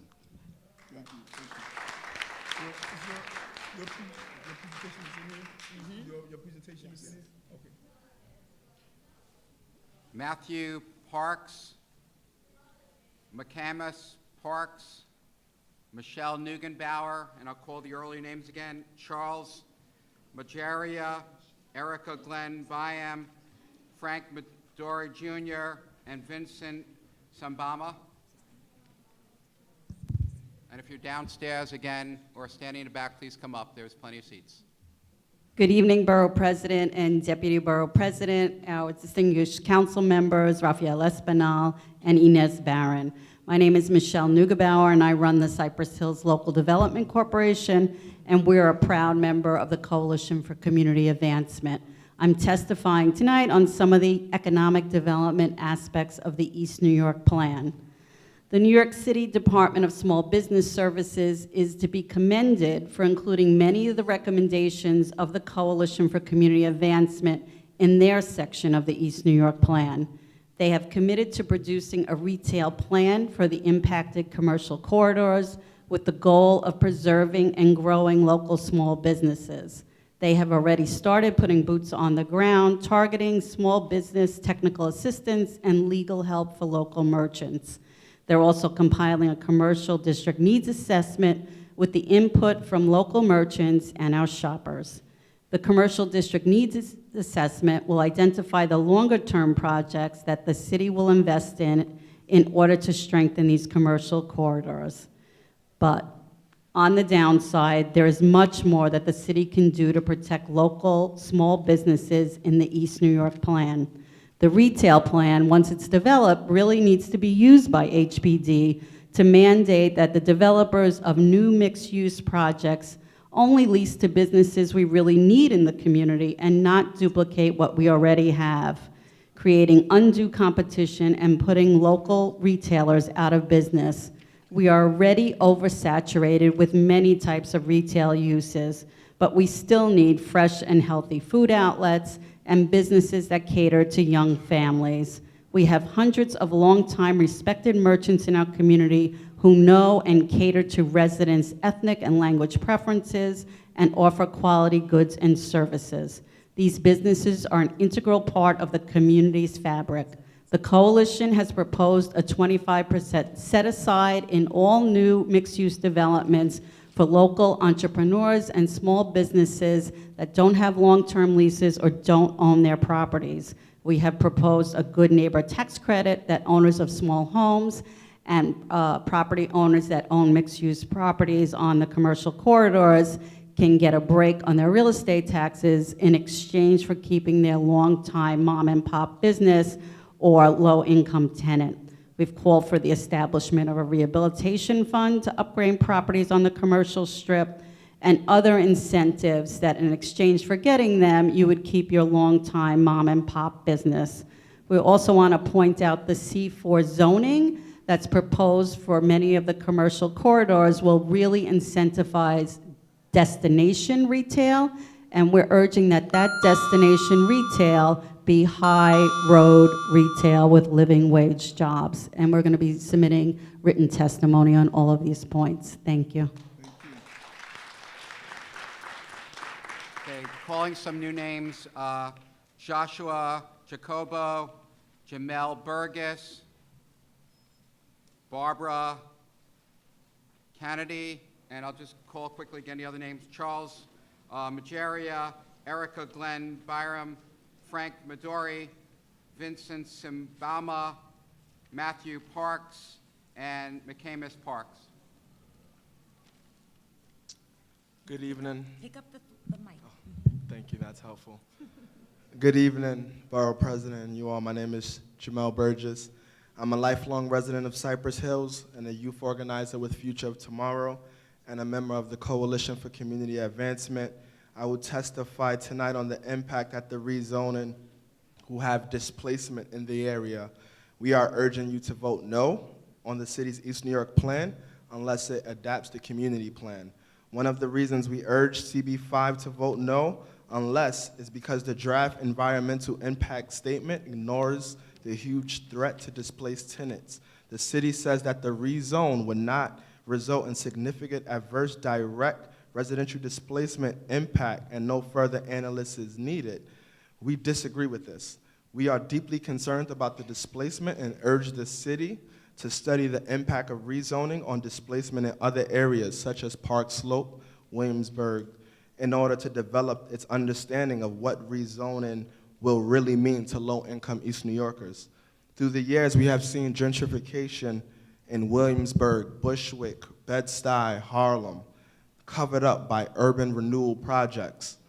These same neighborhoods have seen tremendous loss in affordable housing and a loss in their community's character. The real estate index in neighborhoods like Bed-Stuy, Park Slope, Fort Greene has increased by more than 26% from 2008 to 2014. That's only 6 years. Most low-income and working New Yorkers cannot afford to live in the city. As the cost of living has risen, the index of affordable housing has not. While many landlords continue to find ways to increase their revenues, New Yorkers are being pushed out of their homes. Over the years, the affordable house stock continues to decrease as rent-stabilized units are being taken off the market. As the city says, only 158 people would be displaced in East New York and not from small homes. The city says no further analysis is needed. We disagree. Once the city announced the rezone, land values through East New York skyrocketed. Arlington Village on Atlantic was bought for $30 million, and now word is they're trying to sell it for $60 million, and the rezone hasn't even been finalized. Imagine how much higher land value property tax rents could go. Do you think that the senior rent-stabilized tenants who have lived there for 30 to 40 years will be able to afford the new rents? The coalition urges the city to conduct a more detailed assessment of the likely level of displacement and acceleration of displacement. If the city's plan is implemented, the city has studied the possible negative impact of the rezone. And I'll keep this short because my time is out. No, brother, you're going to wrap up. Yeah, I hear you, Mr. Adams. The coalition calls for an accurate assessment of the threats to the owners of small homes and their tenants, committees to migrate these threats, and commitments to protect owners and tenants from the displacement. And we urge you that you adapt the city's plan. And I won't end on Happy Thanksgiving. I will not end on Merry Christmas. I won't be happy. I won't be merry until the community's plan is adapted for this community. Thank you. Brother, can we get a copy of, your, uh-huh? Thank you. Yeah, I'll give it to you. Okay. Thank you. Good evening. Good evening. President Adams, our elected officials, Community Board 5. My name is Barbara Kennedy. I am the Vice President of Linden Plaza's Tenant Council. Okay, on the basis of the existing local need for affordable housing, evidenced by rent burden. Lower the mic a little bit, it would help. Okay. Thank you. Evidenced, yes, thank you. Evidenced by rent burden, homelessness, illegal conversions, overcrowding. The present affordable housing need outstrips the number of projected and potential units generated by the rezoning. 2/3 of the residents within the rezoning area are rent burdened, severely rent burdened, overcrowded, or homeless. In order to satisfy the present need for affordable housing, plus contribute to the influx of residents in East New York, we advocate we advocate the creation of deeply and permanently affordable housing. Okay. Okay. The City of New York has been misleading the community by saying they will deliver 6,000 new units. The HPD commitment is to require that anyone coming to them for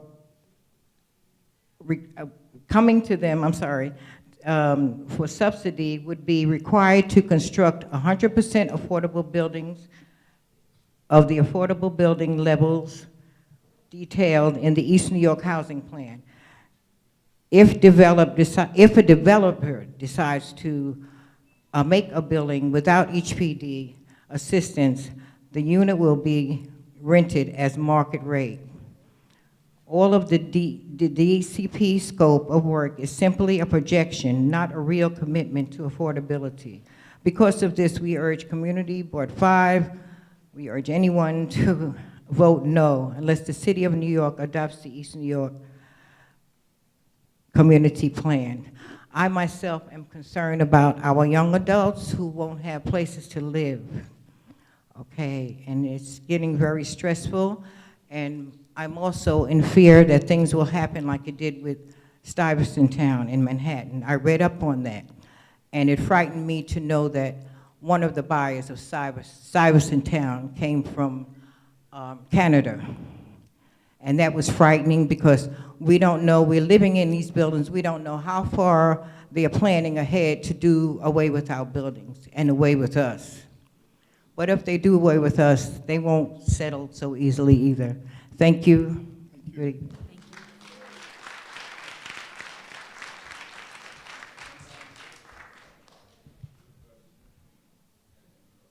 Good evening, Brooklyn. I am a young man, native from East New York. My name is Joshua. I'm a member of the Coalition of Cypress Hills. First thing I want to say is to the developers, if you never lived there, you can't call what's the problem in our neighborhood. That's first of all. So you cannot tell us what we need to fix.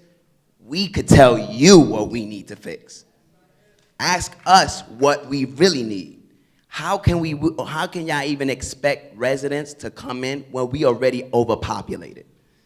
I am a witness. I am a representative of the youth in the streets and low income and for seniors. My income is a senior citizen income.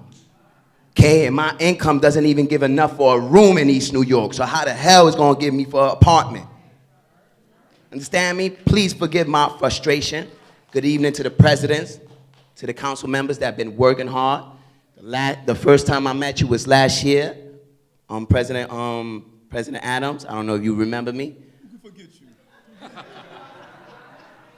I don't know. All I can say is thank you, and I did learn a lot. Okay, and I've been watching you. You've been putting in work. That's what we Brooklyn dudes say. You've been putting in work. But first of all, Warwick and Atlantic, we don't have a problem there. We never had an accident there. Logan and Atlantic, we always have an accident there. And we have already McDonald's and a school there and Maggie's there. We need help in Logan and Atlantic, okay? We need help into bringing out the residents that's overpopulated in an apartment. Help them get low affordable housing. Ask us what's affordable housing before you even put the numbers up. Understand me? Like, we're here and y'all don't want to even recognize us. All right? Half of the population in our neighborhood is gone because they cannot afford it. Right about now, I have a death in my family, and my family's not even in the state, so I have to go out of state for a funeral. Okay? That's sad when we're natives of New York. Okay? And all I see is overpopulating the city with others. Others is keep on coming in. Others keep on coming in. Just like the lady said earlier, the only ones that could afford this rent is people that's not from New York. Honestly. So for us to survive, we have to overpopulate 1 and 2, 3 families in one apartment. Honestly, where do you see the civilization in there? Then on top of that, we forgetting about the felons that's coming home later on. I represent that too, because I was part of that. We don't have no programs, no future for them. So they go right back into the system of jail. Come on, think of us. Have a good night. Thank you. Brother, excuse me. What was Logan? When you said there was an accident of Logan in Atlantic, what is the problem on Logan in Atlantic? Well, you know, since they're already trying to make a development in Atlantic, if anywhere in Atlantic needs help, it's Logan in Atlantic. You have McDonald's, Wendy's, Transit Tech, which is a high school, okay? And then you have Maggie's, which is this transportation for senior citizens, right? Where is there nothing, no crosswalk, no nothing. At least in Warwick and Atlantic, you have the school crosswalk. You have the lady or the man there that's crossing the children or anything. And Logan, what do we have? Nothing. Joshua, you're saying that it needs what would be traffic mitigation. And so Yes, and the road is all messed up always. Right. And so there's more accidents happening at that Yes. intersection as Yes. opposed to the others that Yes. were mentioned. And please, the resident, if I'm wrong, please correct me. We here. Thank you. Have a good day. Okay, gonna call some more speakers. David Tien, Enoch Larvez, Anthony McCulloch, and Karen.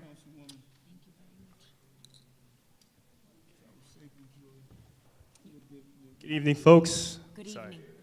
My name is David Tew. I'm a member of the organization called National Mobilization Against Sweatshops. We come from the Chinatown Lower East Side community. And I just wanted to share my experience with folks tonight, speaking both to elected officials who are here, but also to the people of Brooklyn. Back in 2008, our community was victim to a very racist rezoning that was done by Mayor Bloomberg. They protected the white and wealthier neighborhood above Chinatown Lower East Side. They stopped the luxury development from coming there. They put height limits there, but they completely excluded our neighborhood, which is majority people of color, majority people who are low income. And what happens? Our community developers, for a large part, they can build huge. And what we got was a lot of luxury development pushed into our neighborhood. And what I have here is an example of that. An 80-story skyscraper that's coming, built by Excel, which many people may know. They build housing for billionaires. You know, they just sold the most expensive penthouse apartment in history, $100 million. And here they are coming down into the Lower East Side. They pushed out a local pathmark that was on public land. The city sold this land to them, you know? Still the only supermarket that served the local public housing residents. And what has this done to the entire community as a whole? It's jacked up rents. It's pushed out thousands of low-income residents. It's pushed out, you know, so many small businesses that serve the local community.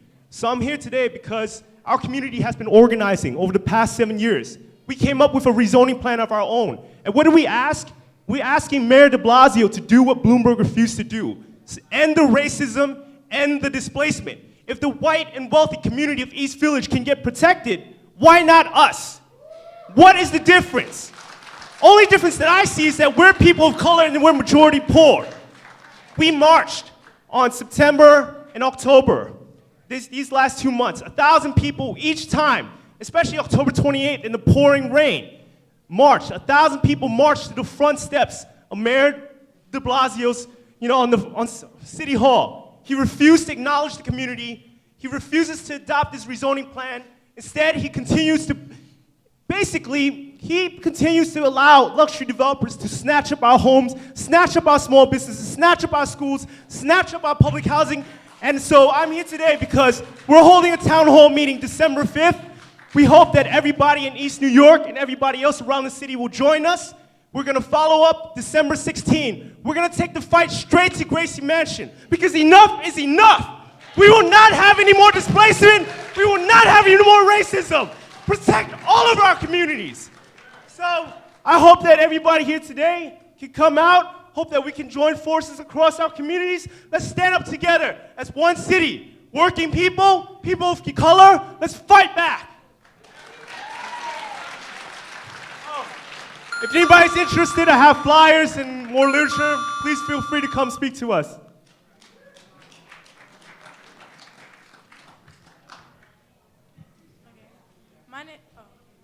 Speak into the mic. My name is Maxwell Sparks, and I just have a few things to say about shelter life because I've experienced it and what these plans would do. Okay. Wait, no, let's skip that. Okay, I'm from East New York. I live on I'm from Future. My organization is Future of Tomorrow, and I live over by Junior Street. The main thing about shelters is the intake process. The intake process of shelters can be very degrading and prolonged. They do this to alienate you and make you feel unwanted. The number of people in shelters are increasing, and this rezoning project will only make it worse. This applies to me because this plan goes against my beliefs and my rights as a citizen in East New York. This would negatively affect my community and people who live in it. Homeless shelters can cost New York City nearly $1 billion, according to the new analysis. Officials estimate that the growing number of families and single adults in a shelter system will require the city $976 million in 2015, up from Okay. This was, when I looked online, I saw a quote from someone in your line over there, Mr. Winston. This was a quote or something that they said or something he agreed to, that he said. It said, passionate about working with people and makes urban communities better for their residents, to welcome all and address global warming, help ease inequality, manage gentrification, and improve aesthetics, and increase density to take advantage of the inherent economic efficiency of dense urban areas as a means of addressing global warming, educate and deliberate with residents, stakeholders about shared values and global and higher aspirations. This was Winston's statement. But I think the statement is kind of contradicted because he's saying that he doesn't agree with this plan, but he's on your panel and he is agreeing with this plan, pushing this plan forward. That's all I have to say. Thank you.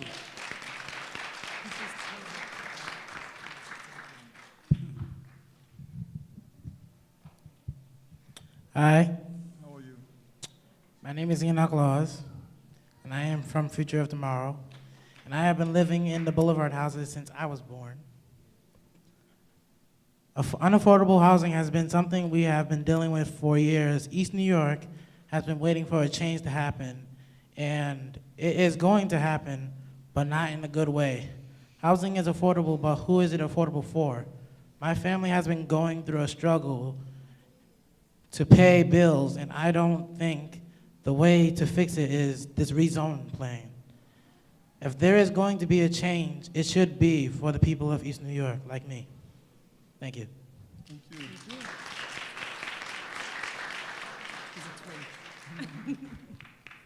Why don't you just at the mic? I have an identical twin. You have a twin? I know who he is already. Figured it out. Today, I wrote a spoken word having to do with rezoning, then I have some words to say afterwards. People kicked out of their homes with streets to roam. The government won't speak the truth. That's why we have youth. If we stand together, they won't knock us down. If we give up, we'll drown. It's our city and our right, and together we should fight.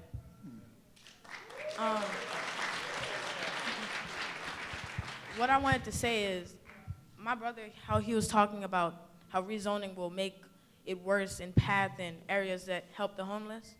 We have personally went through PATH, and we know how bad it is. When we went there had to be at least 50 to 60 people waiting just to get in there. And then the waiting took all day, 11. So considering the fact that rezoning will make that worse, people will be there till 6 to 8 in the morning, waiting just to go to find a house. We moved here from Virginia. Paying bills was hard there. We got here, and we had to go into a homeless shelter because we couldn't afford to buy a house here. And I may be scared or stuttering, but you wouldn't be because most of the people here are in control.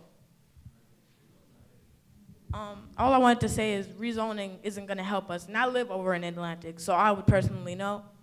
And yes, there's been accidents and stuff like that, but it will get worse if you put people on the streets. More people would be taking more jobs. No, not taking jobs, losing jobs because of the rezoning. People will be out of business and more will be on the streets. That's all I have to say.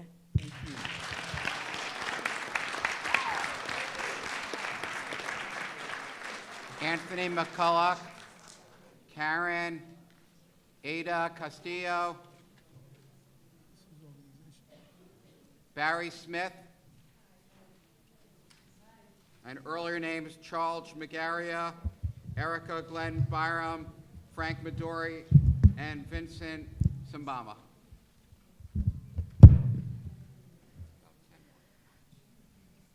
Good evening. My name is Aida Castillo. My parents owned the home in Cypress Hills where I was raised, and I'm a member of the Coalition for Community Advancement. I am testifying on the need for the city to help owners of 1 to 4 family homes preserve their housing and create protections for our renters. Small homes with 1 to 4 apartment units are the predominant housing type in the rezone area, accounting for more than 3,300 units. Most of the small homes in the area are over 100 years old and need major systems repairs, including new roofs and energy retrofits. Furthermore, a large percentage of the small homes in the community contain basement apartments. Many of our fellow homeowners are low-income, long-time homeowners. Some, like my parents, are senior citizens, and most rent at affordable levels to their tenants. We want to keep our tenants, but we also need to afford our homes in the long term as property taxes and water rates increase. Complicating matters even further, there continues to be a foreclosure crisis in Community Board 5. Our homeowners are already vulnerable, and the rezoning has made them more so.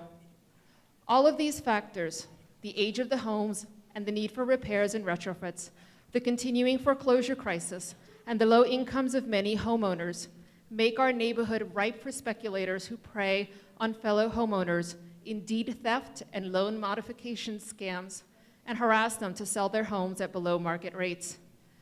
My parents and many other homeowners in our neighborhood are being constantly barraged by harassing phone calls and in-person visits to sell their homes for cheap prices. We urge the city to stop these attacks by creating and enforcing rules and laws on these unscrupulous small businesses, realtors, and mortgage brokers, bringing criminal charges if fraud is committing, and ensuring that the City Commission on Human Rights is investigating fair housing practices in the buying and selling of homes. The coalition proposes policies that would support low and moderate income homeowners and keep rents low for tenants.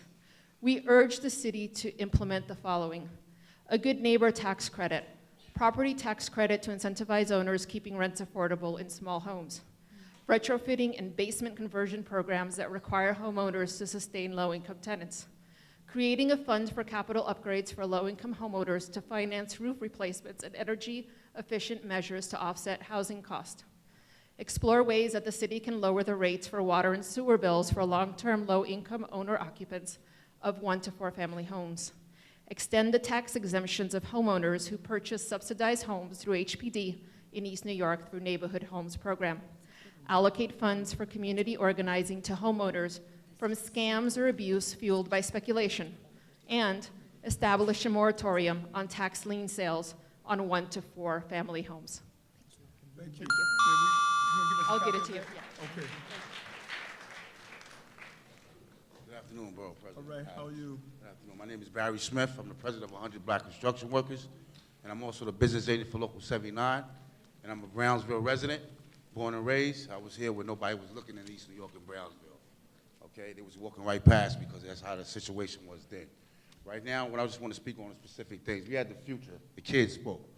They left a grave message. My thing is here is this. We want real affordable housing, okay? We don't want to play the games. You're not here to play the games. We're here to be straightforward. We want real affordable housing. We know that change is going to come. We want the change to be for the East New York and Brownsville residents, not for the people that's coming in. We want real affordable jobs. We want career-orientated jobs, okay? We want construction, we want apprenticeship programs, we want local hiring. We want our neighborhoods and communities to be built up from the people that's been here from the beginning, not the ones that's coming in. Because like I said in the beginning of what I said, at one time, nobody looked at East New York and Brownsville because it was that dangerous. I'm also speaking from re-entry, okay? I'm a brother that had 25 years of life. The union changed my life. So the same way it could do for me, it could do for the other brothers and sisters in the neighborhoods and the communities. Eric Adams, I ask in your support that you follow behind the people. We do not want this rezoning. We want it to be work for us to build up our community, our neighborhoods, and our future. Thank you.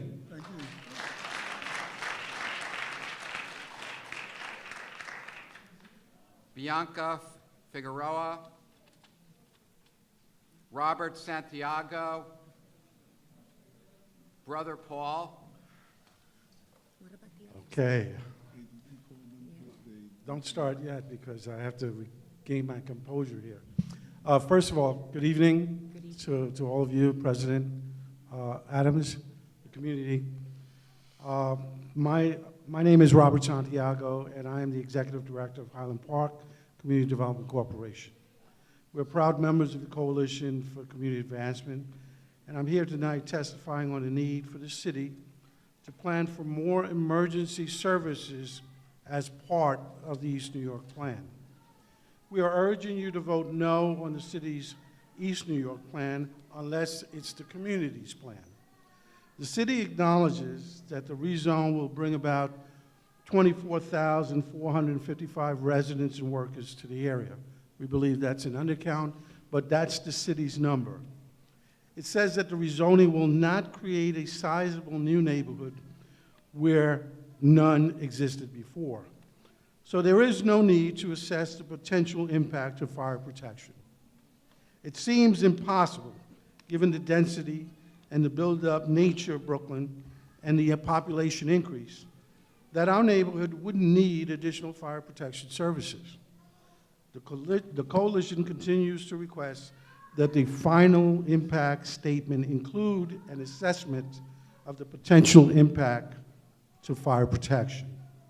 In addition, since both engine 236 and engine 332/ladder 175 are located directly next to the proposed development sites within the rezoning area, the coalition asks that the draft environmental impact statement assess on how developing these sites would potentially impact and inhibit access from these facilities. The coalition is pleased that these concerns were heard. However, the draft environmental impact study concluded that no construction impacts will be expected and that response time would, and I quote, not be materially affected by construction due to the geographic distribution of police and fire facilities and their respective coverage areas. We believe there would be a serious impact and that would threaten the safety of us all. Like with fire protection, the coalition asks that the draft environmental impact statement assess what additional NYPD patrols, personnel, and facilities will be needed to serve the estimated 25,000 that their report clearly states would be added to the area. We, again, believe that's an undercount, but this is their numbers. The request was also based, in fact,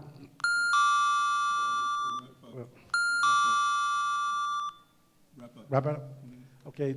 The coalition, the plan must be more than just a housing plan. It must address the needs of existing community members, especially our needs for emergency services. Because the city's plan fails to identify our neighborhood increased needs for emergency services and mitigates threats to public safety, we urge the Borough President to vote no on this plan.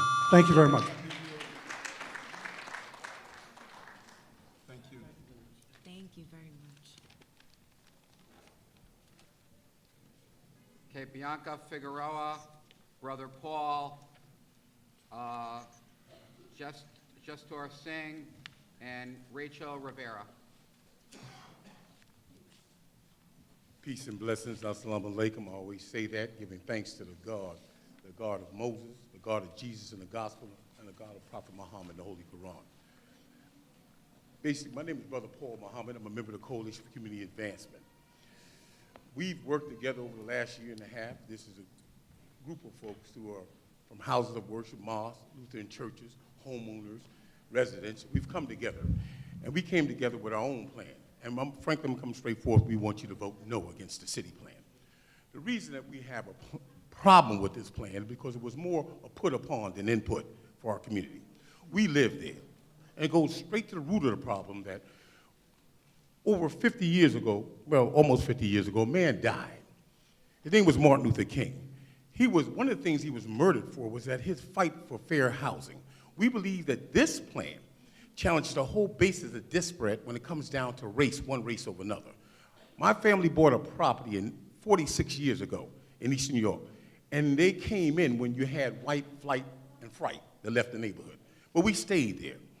We're now looking at the fact that if this plan goes through like it is, they say that, I heard it from the own mouths of DCP, they say that 60% of those, or 65% of those who live in East New York are renters. But that means that 35% are homeowners, black and brown. And I mean my family are black people that speak Spanish. I don't call them Hispanics because that's Hispanic slaves. They are black people that speak Spanish that had a slave master that spoke Spanish. So when I'm dealing with East New York, I'm talking about a group of people who have survived crack, survived heroin, survived subprime loans, survived the fact that right now it's 300% less likely that you'll get a HARP or a HAMP loan in brown and black areas. In this plan, this leads to the propagation of social engineering that's led us where we're at now. You're talking about building sustainable buildings, but buildings don't sustain themselves. You have to build sustainable people. The problem is that nobody wants to deal with the fact that we have 40% unemployment. I got young men giving free security every night out in front of bodegas. Nobody's talking about that. So we're saying to you, straight words, that the EIS statement that the city refuses to do to show the impact under fair housing to that community, saying there's only be 158 people displaced, hell no. I got Section 8 tenants that can't afford that rent. We got 24 shelters and about 75 halfway houses. Nobody's counting that in the population of these people. This plan is flawed from the beginning to the end, and I will not negotiate when somebody comes to me, the plan is not about me to stay. We're here. We're not gonna lay down like the Indians did. We own the land. This is our land, and we love it.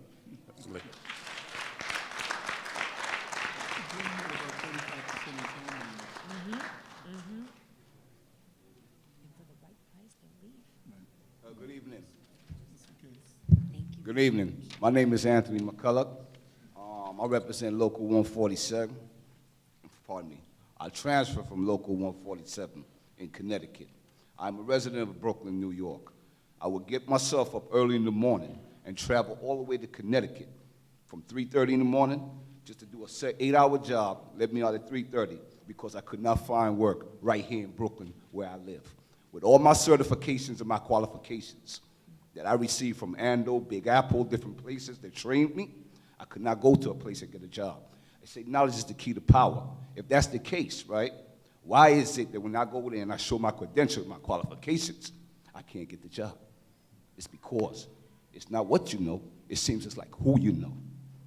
The union has done a lot for me in Connecticut as well as here. I transferred because I'm getting old and I can't travel that way and wake up and stay 8 hours, 16 hours to go work. I have 2 young kids now that come home from school. So I transferred back to New York, Local 79. And I want to say, as far as what Barry Smith said about the apprenticeship and helping people and so forth on, it has helped me. I did 17 years in prison. And I came home and I did what I had to do.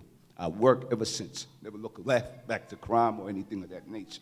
But when I have to get up and go and try to find work and I can't find it in my own backyard, it really hurts, especially when you know you're qualified. Thank you. That's all I have to say. Good evening. My name is Maria, and I'm with New York Community for Change. Yes. Okay, and I'm reading this on behalf of Rachel. She could not make it here. My name is Rachel Rivera. I am a resident of East New York. I am a member of New York Community for Change, a part of a Real Affordability for All coalition. I am a disabled single mother of 6 who lost my home during Hurricane Sandy, and I had to move into a hotel with my children for over a year. That's so sad, and that's a common thing. I finally found an apartment in East New York for me and my family. Since I've been there, my landlord has continued to harass me and the other residents in my building so that he can raise the rent in our rent-stabilized building, including taking us to court. I've been looking for housing that I can't afford, but most housing isn't being built. She means most affordable housing, they're not being built. And this is something that a lot of people in East New York, Bushwick, and other parts of Brooklyn are going through. We don't make a lot of money, and we can't afford to pay rent. So literally, we're being pushed out, and rezoning is making this problem worse. Am I right? Okay, so let me continue with her story. Okay, where was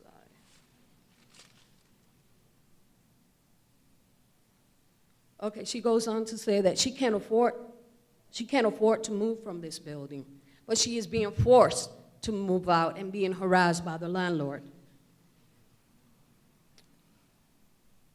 In East New York, the plan, okay, hold on.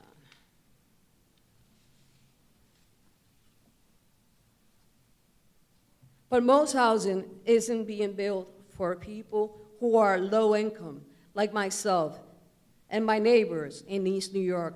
Plan only 27% of the initial 1,200 units will be for people making less than $35,000. You and I know that the people in East New York cannot afford to live there, in those buildings being built. For the simple fact that most people in East New York, in that area, make $35,000 or $30,000 and under. So right away, that tells you we're not gonna be living there. So I'm gonna continue with her story. Will be for people making at least $35,000 a year, even though 50% of, thank you for listening, and I hope you vote no, and that you hear what the people of East New York and other communities have said to you. Thank you. Thank you. Okay, making last call for these following people: Charles Majeria, Erica Glenn Byram, Frank Majori Jr., Vincent Sambama, Karen, Bianca Figueroa, and Jester Singh. Do we have any last speakers coming up? Good evening, everyone. Good evening. How are you doing? My name is Jasbir Singh. I'm the Brooklyn lead organizer for a faith-based nonprofit called Faith in New York. Known the borough president for many, many years when he was a captain of the police force, and I know him to be a community member, a person who, individual who could take himself out of his position and put himself in the shoes of a community member. So I'm asking you to do that tonight. There's a lot of people and a lot of examples of folks who are frustrated and upset with what's going on in their communities, and when the fact that they don't even have a say in it, you know, it really like raises a lot of tension, you know what I'm saying, in our borough. We're having people who are coming outside of our communities and telling us what they need to build and what they need not to build in our communities. That causes a problem for us. So I'm asking you to take yourself out of your borough president's shoes and go back to putting on your community member shoes, right? Put yourself in a position of these good people that are talking to you tonight. I don't need to tell you 2 or 3 times. I don't even need to explain to you, you know, the frustrations that you feel, because I know you are a community member yourself. You came from the bottom and look at where you're at now. And that's from the support of the community. We're asking you to support us now. I'm not gonna sit here and talk about AMIs. I'm not gonna sit here and talk about numbers because you heard that all tonight. What I'm gonna stand here and talk about is you putting yourself and your fellow constituents, putting yourself in the positions of these community members, young and old, who are coming to you and asking you to just look at the mayor's plan and understand that it's crap. That's it, it's just crap. Whether you go with the real affordability for all a plan where it actually, you know, signifies that we want real affordable jobs, union jobs, because as you can see, you had a bunch of examples of folks who either returning citizens who've been formerly incarcerated, folks who've lost their jobs and had no means for them to go anywhere, that went to a union job and actually fixed their lives and were able to provide for their families because they had a union job. And it wasn't how it was 20 years ago when union jobs weren't for certain folks. Things have changed. Like you've done, where you went into the system and you infiltrated it and changed it, that's what they've done. These community members who are a part of unions that you see in front of you tonight, speaking on the issue that's hurting them. Real affordable jobs. And we're gonna be creating jobs and fixing East New York and the 14 neighborhoods within the city of New York. We need to make these jobs available for the community members. Imagine having the community members fix their own communities and being able to afford those apartments. Just think about it.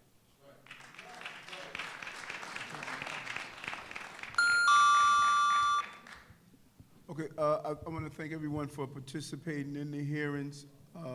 These hearings are now closed. We will review the applicants that we heard today, and we'll soon submit our recommendations. We want to also take the opportunity to remind you that the City Planning Commission will hold a public hearing on this item.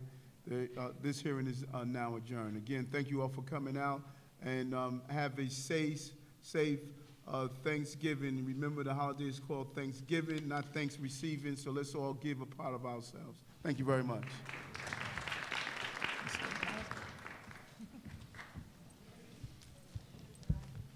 How you, man? Huh? Okay. Okay. You want to volunteer? Okay.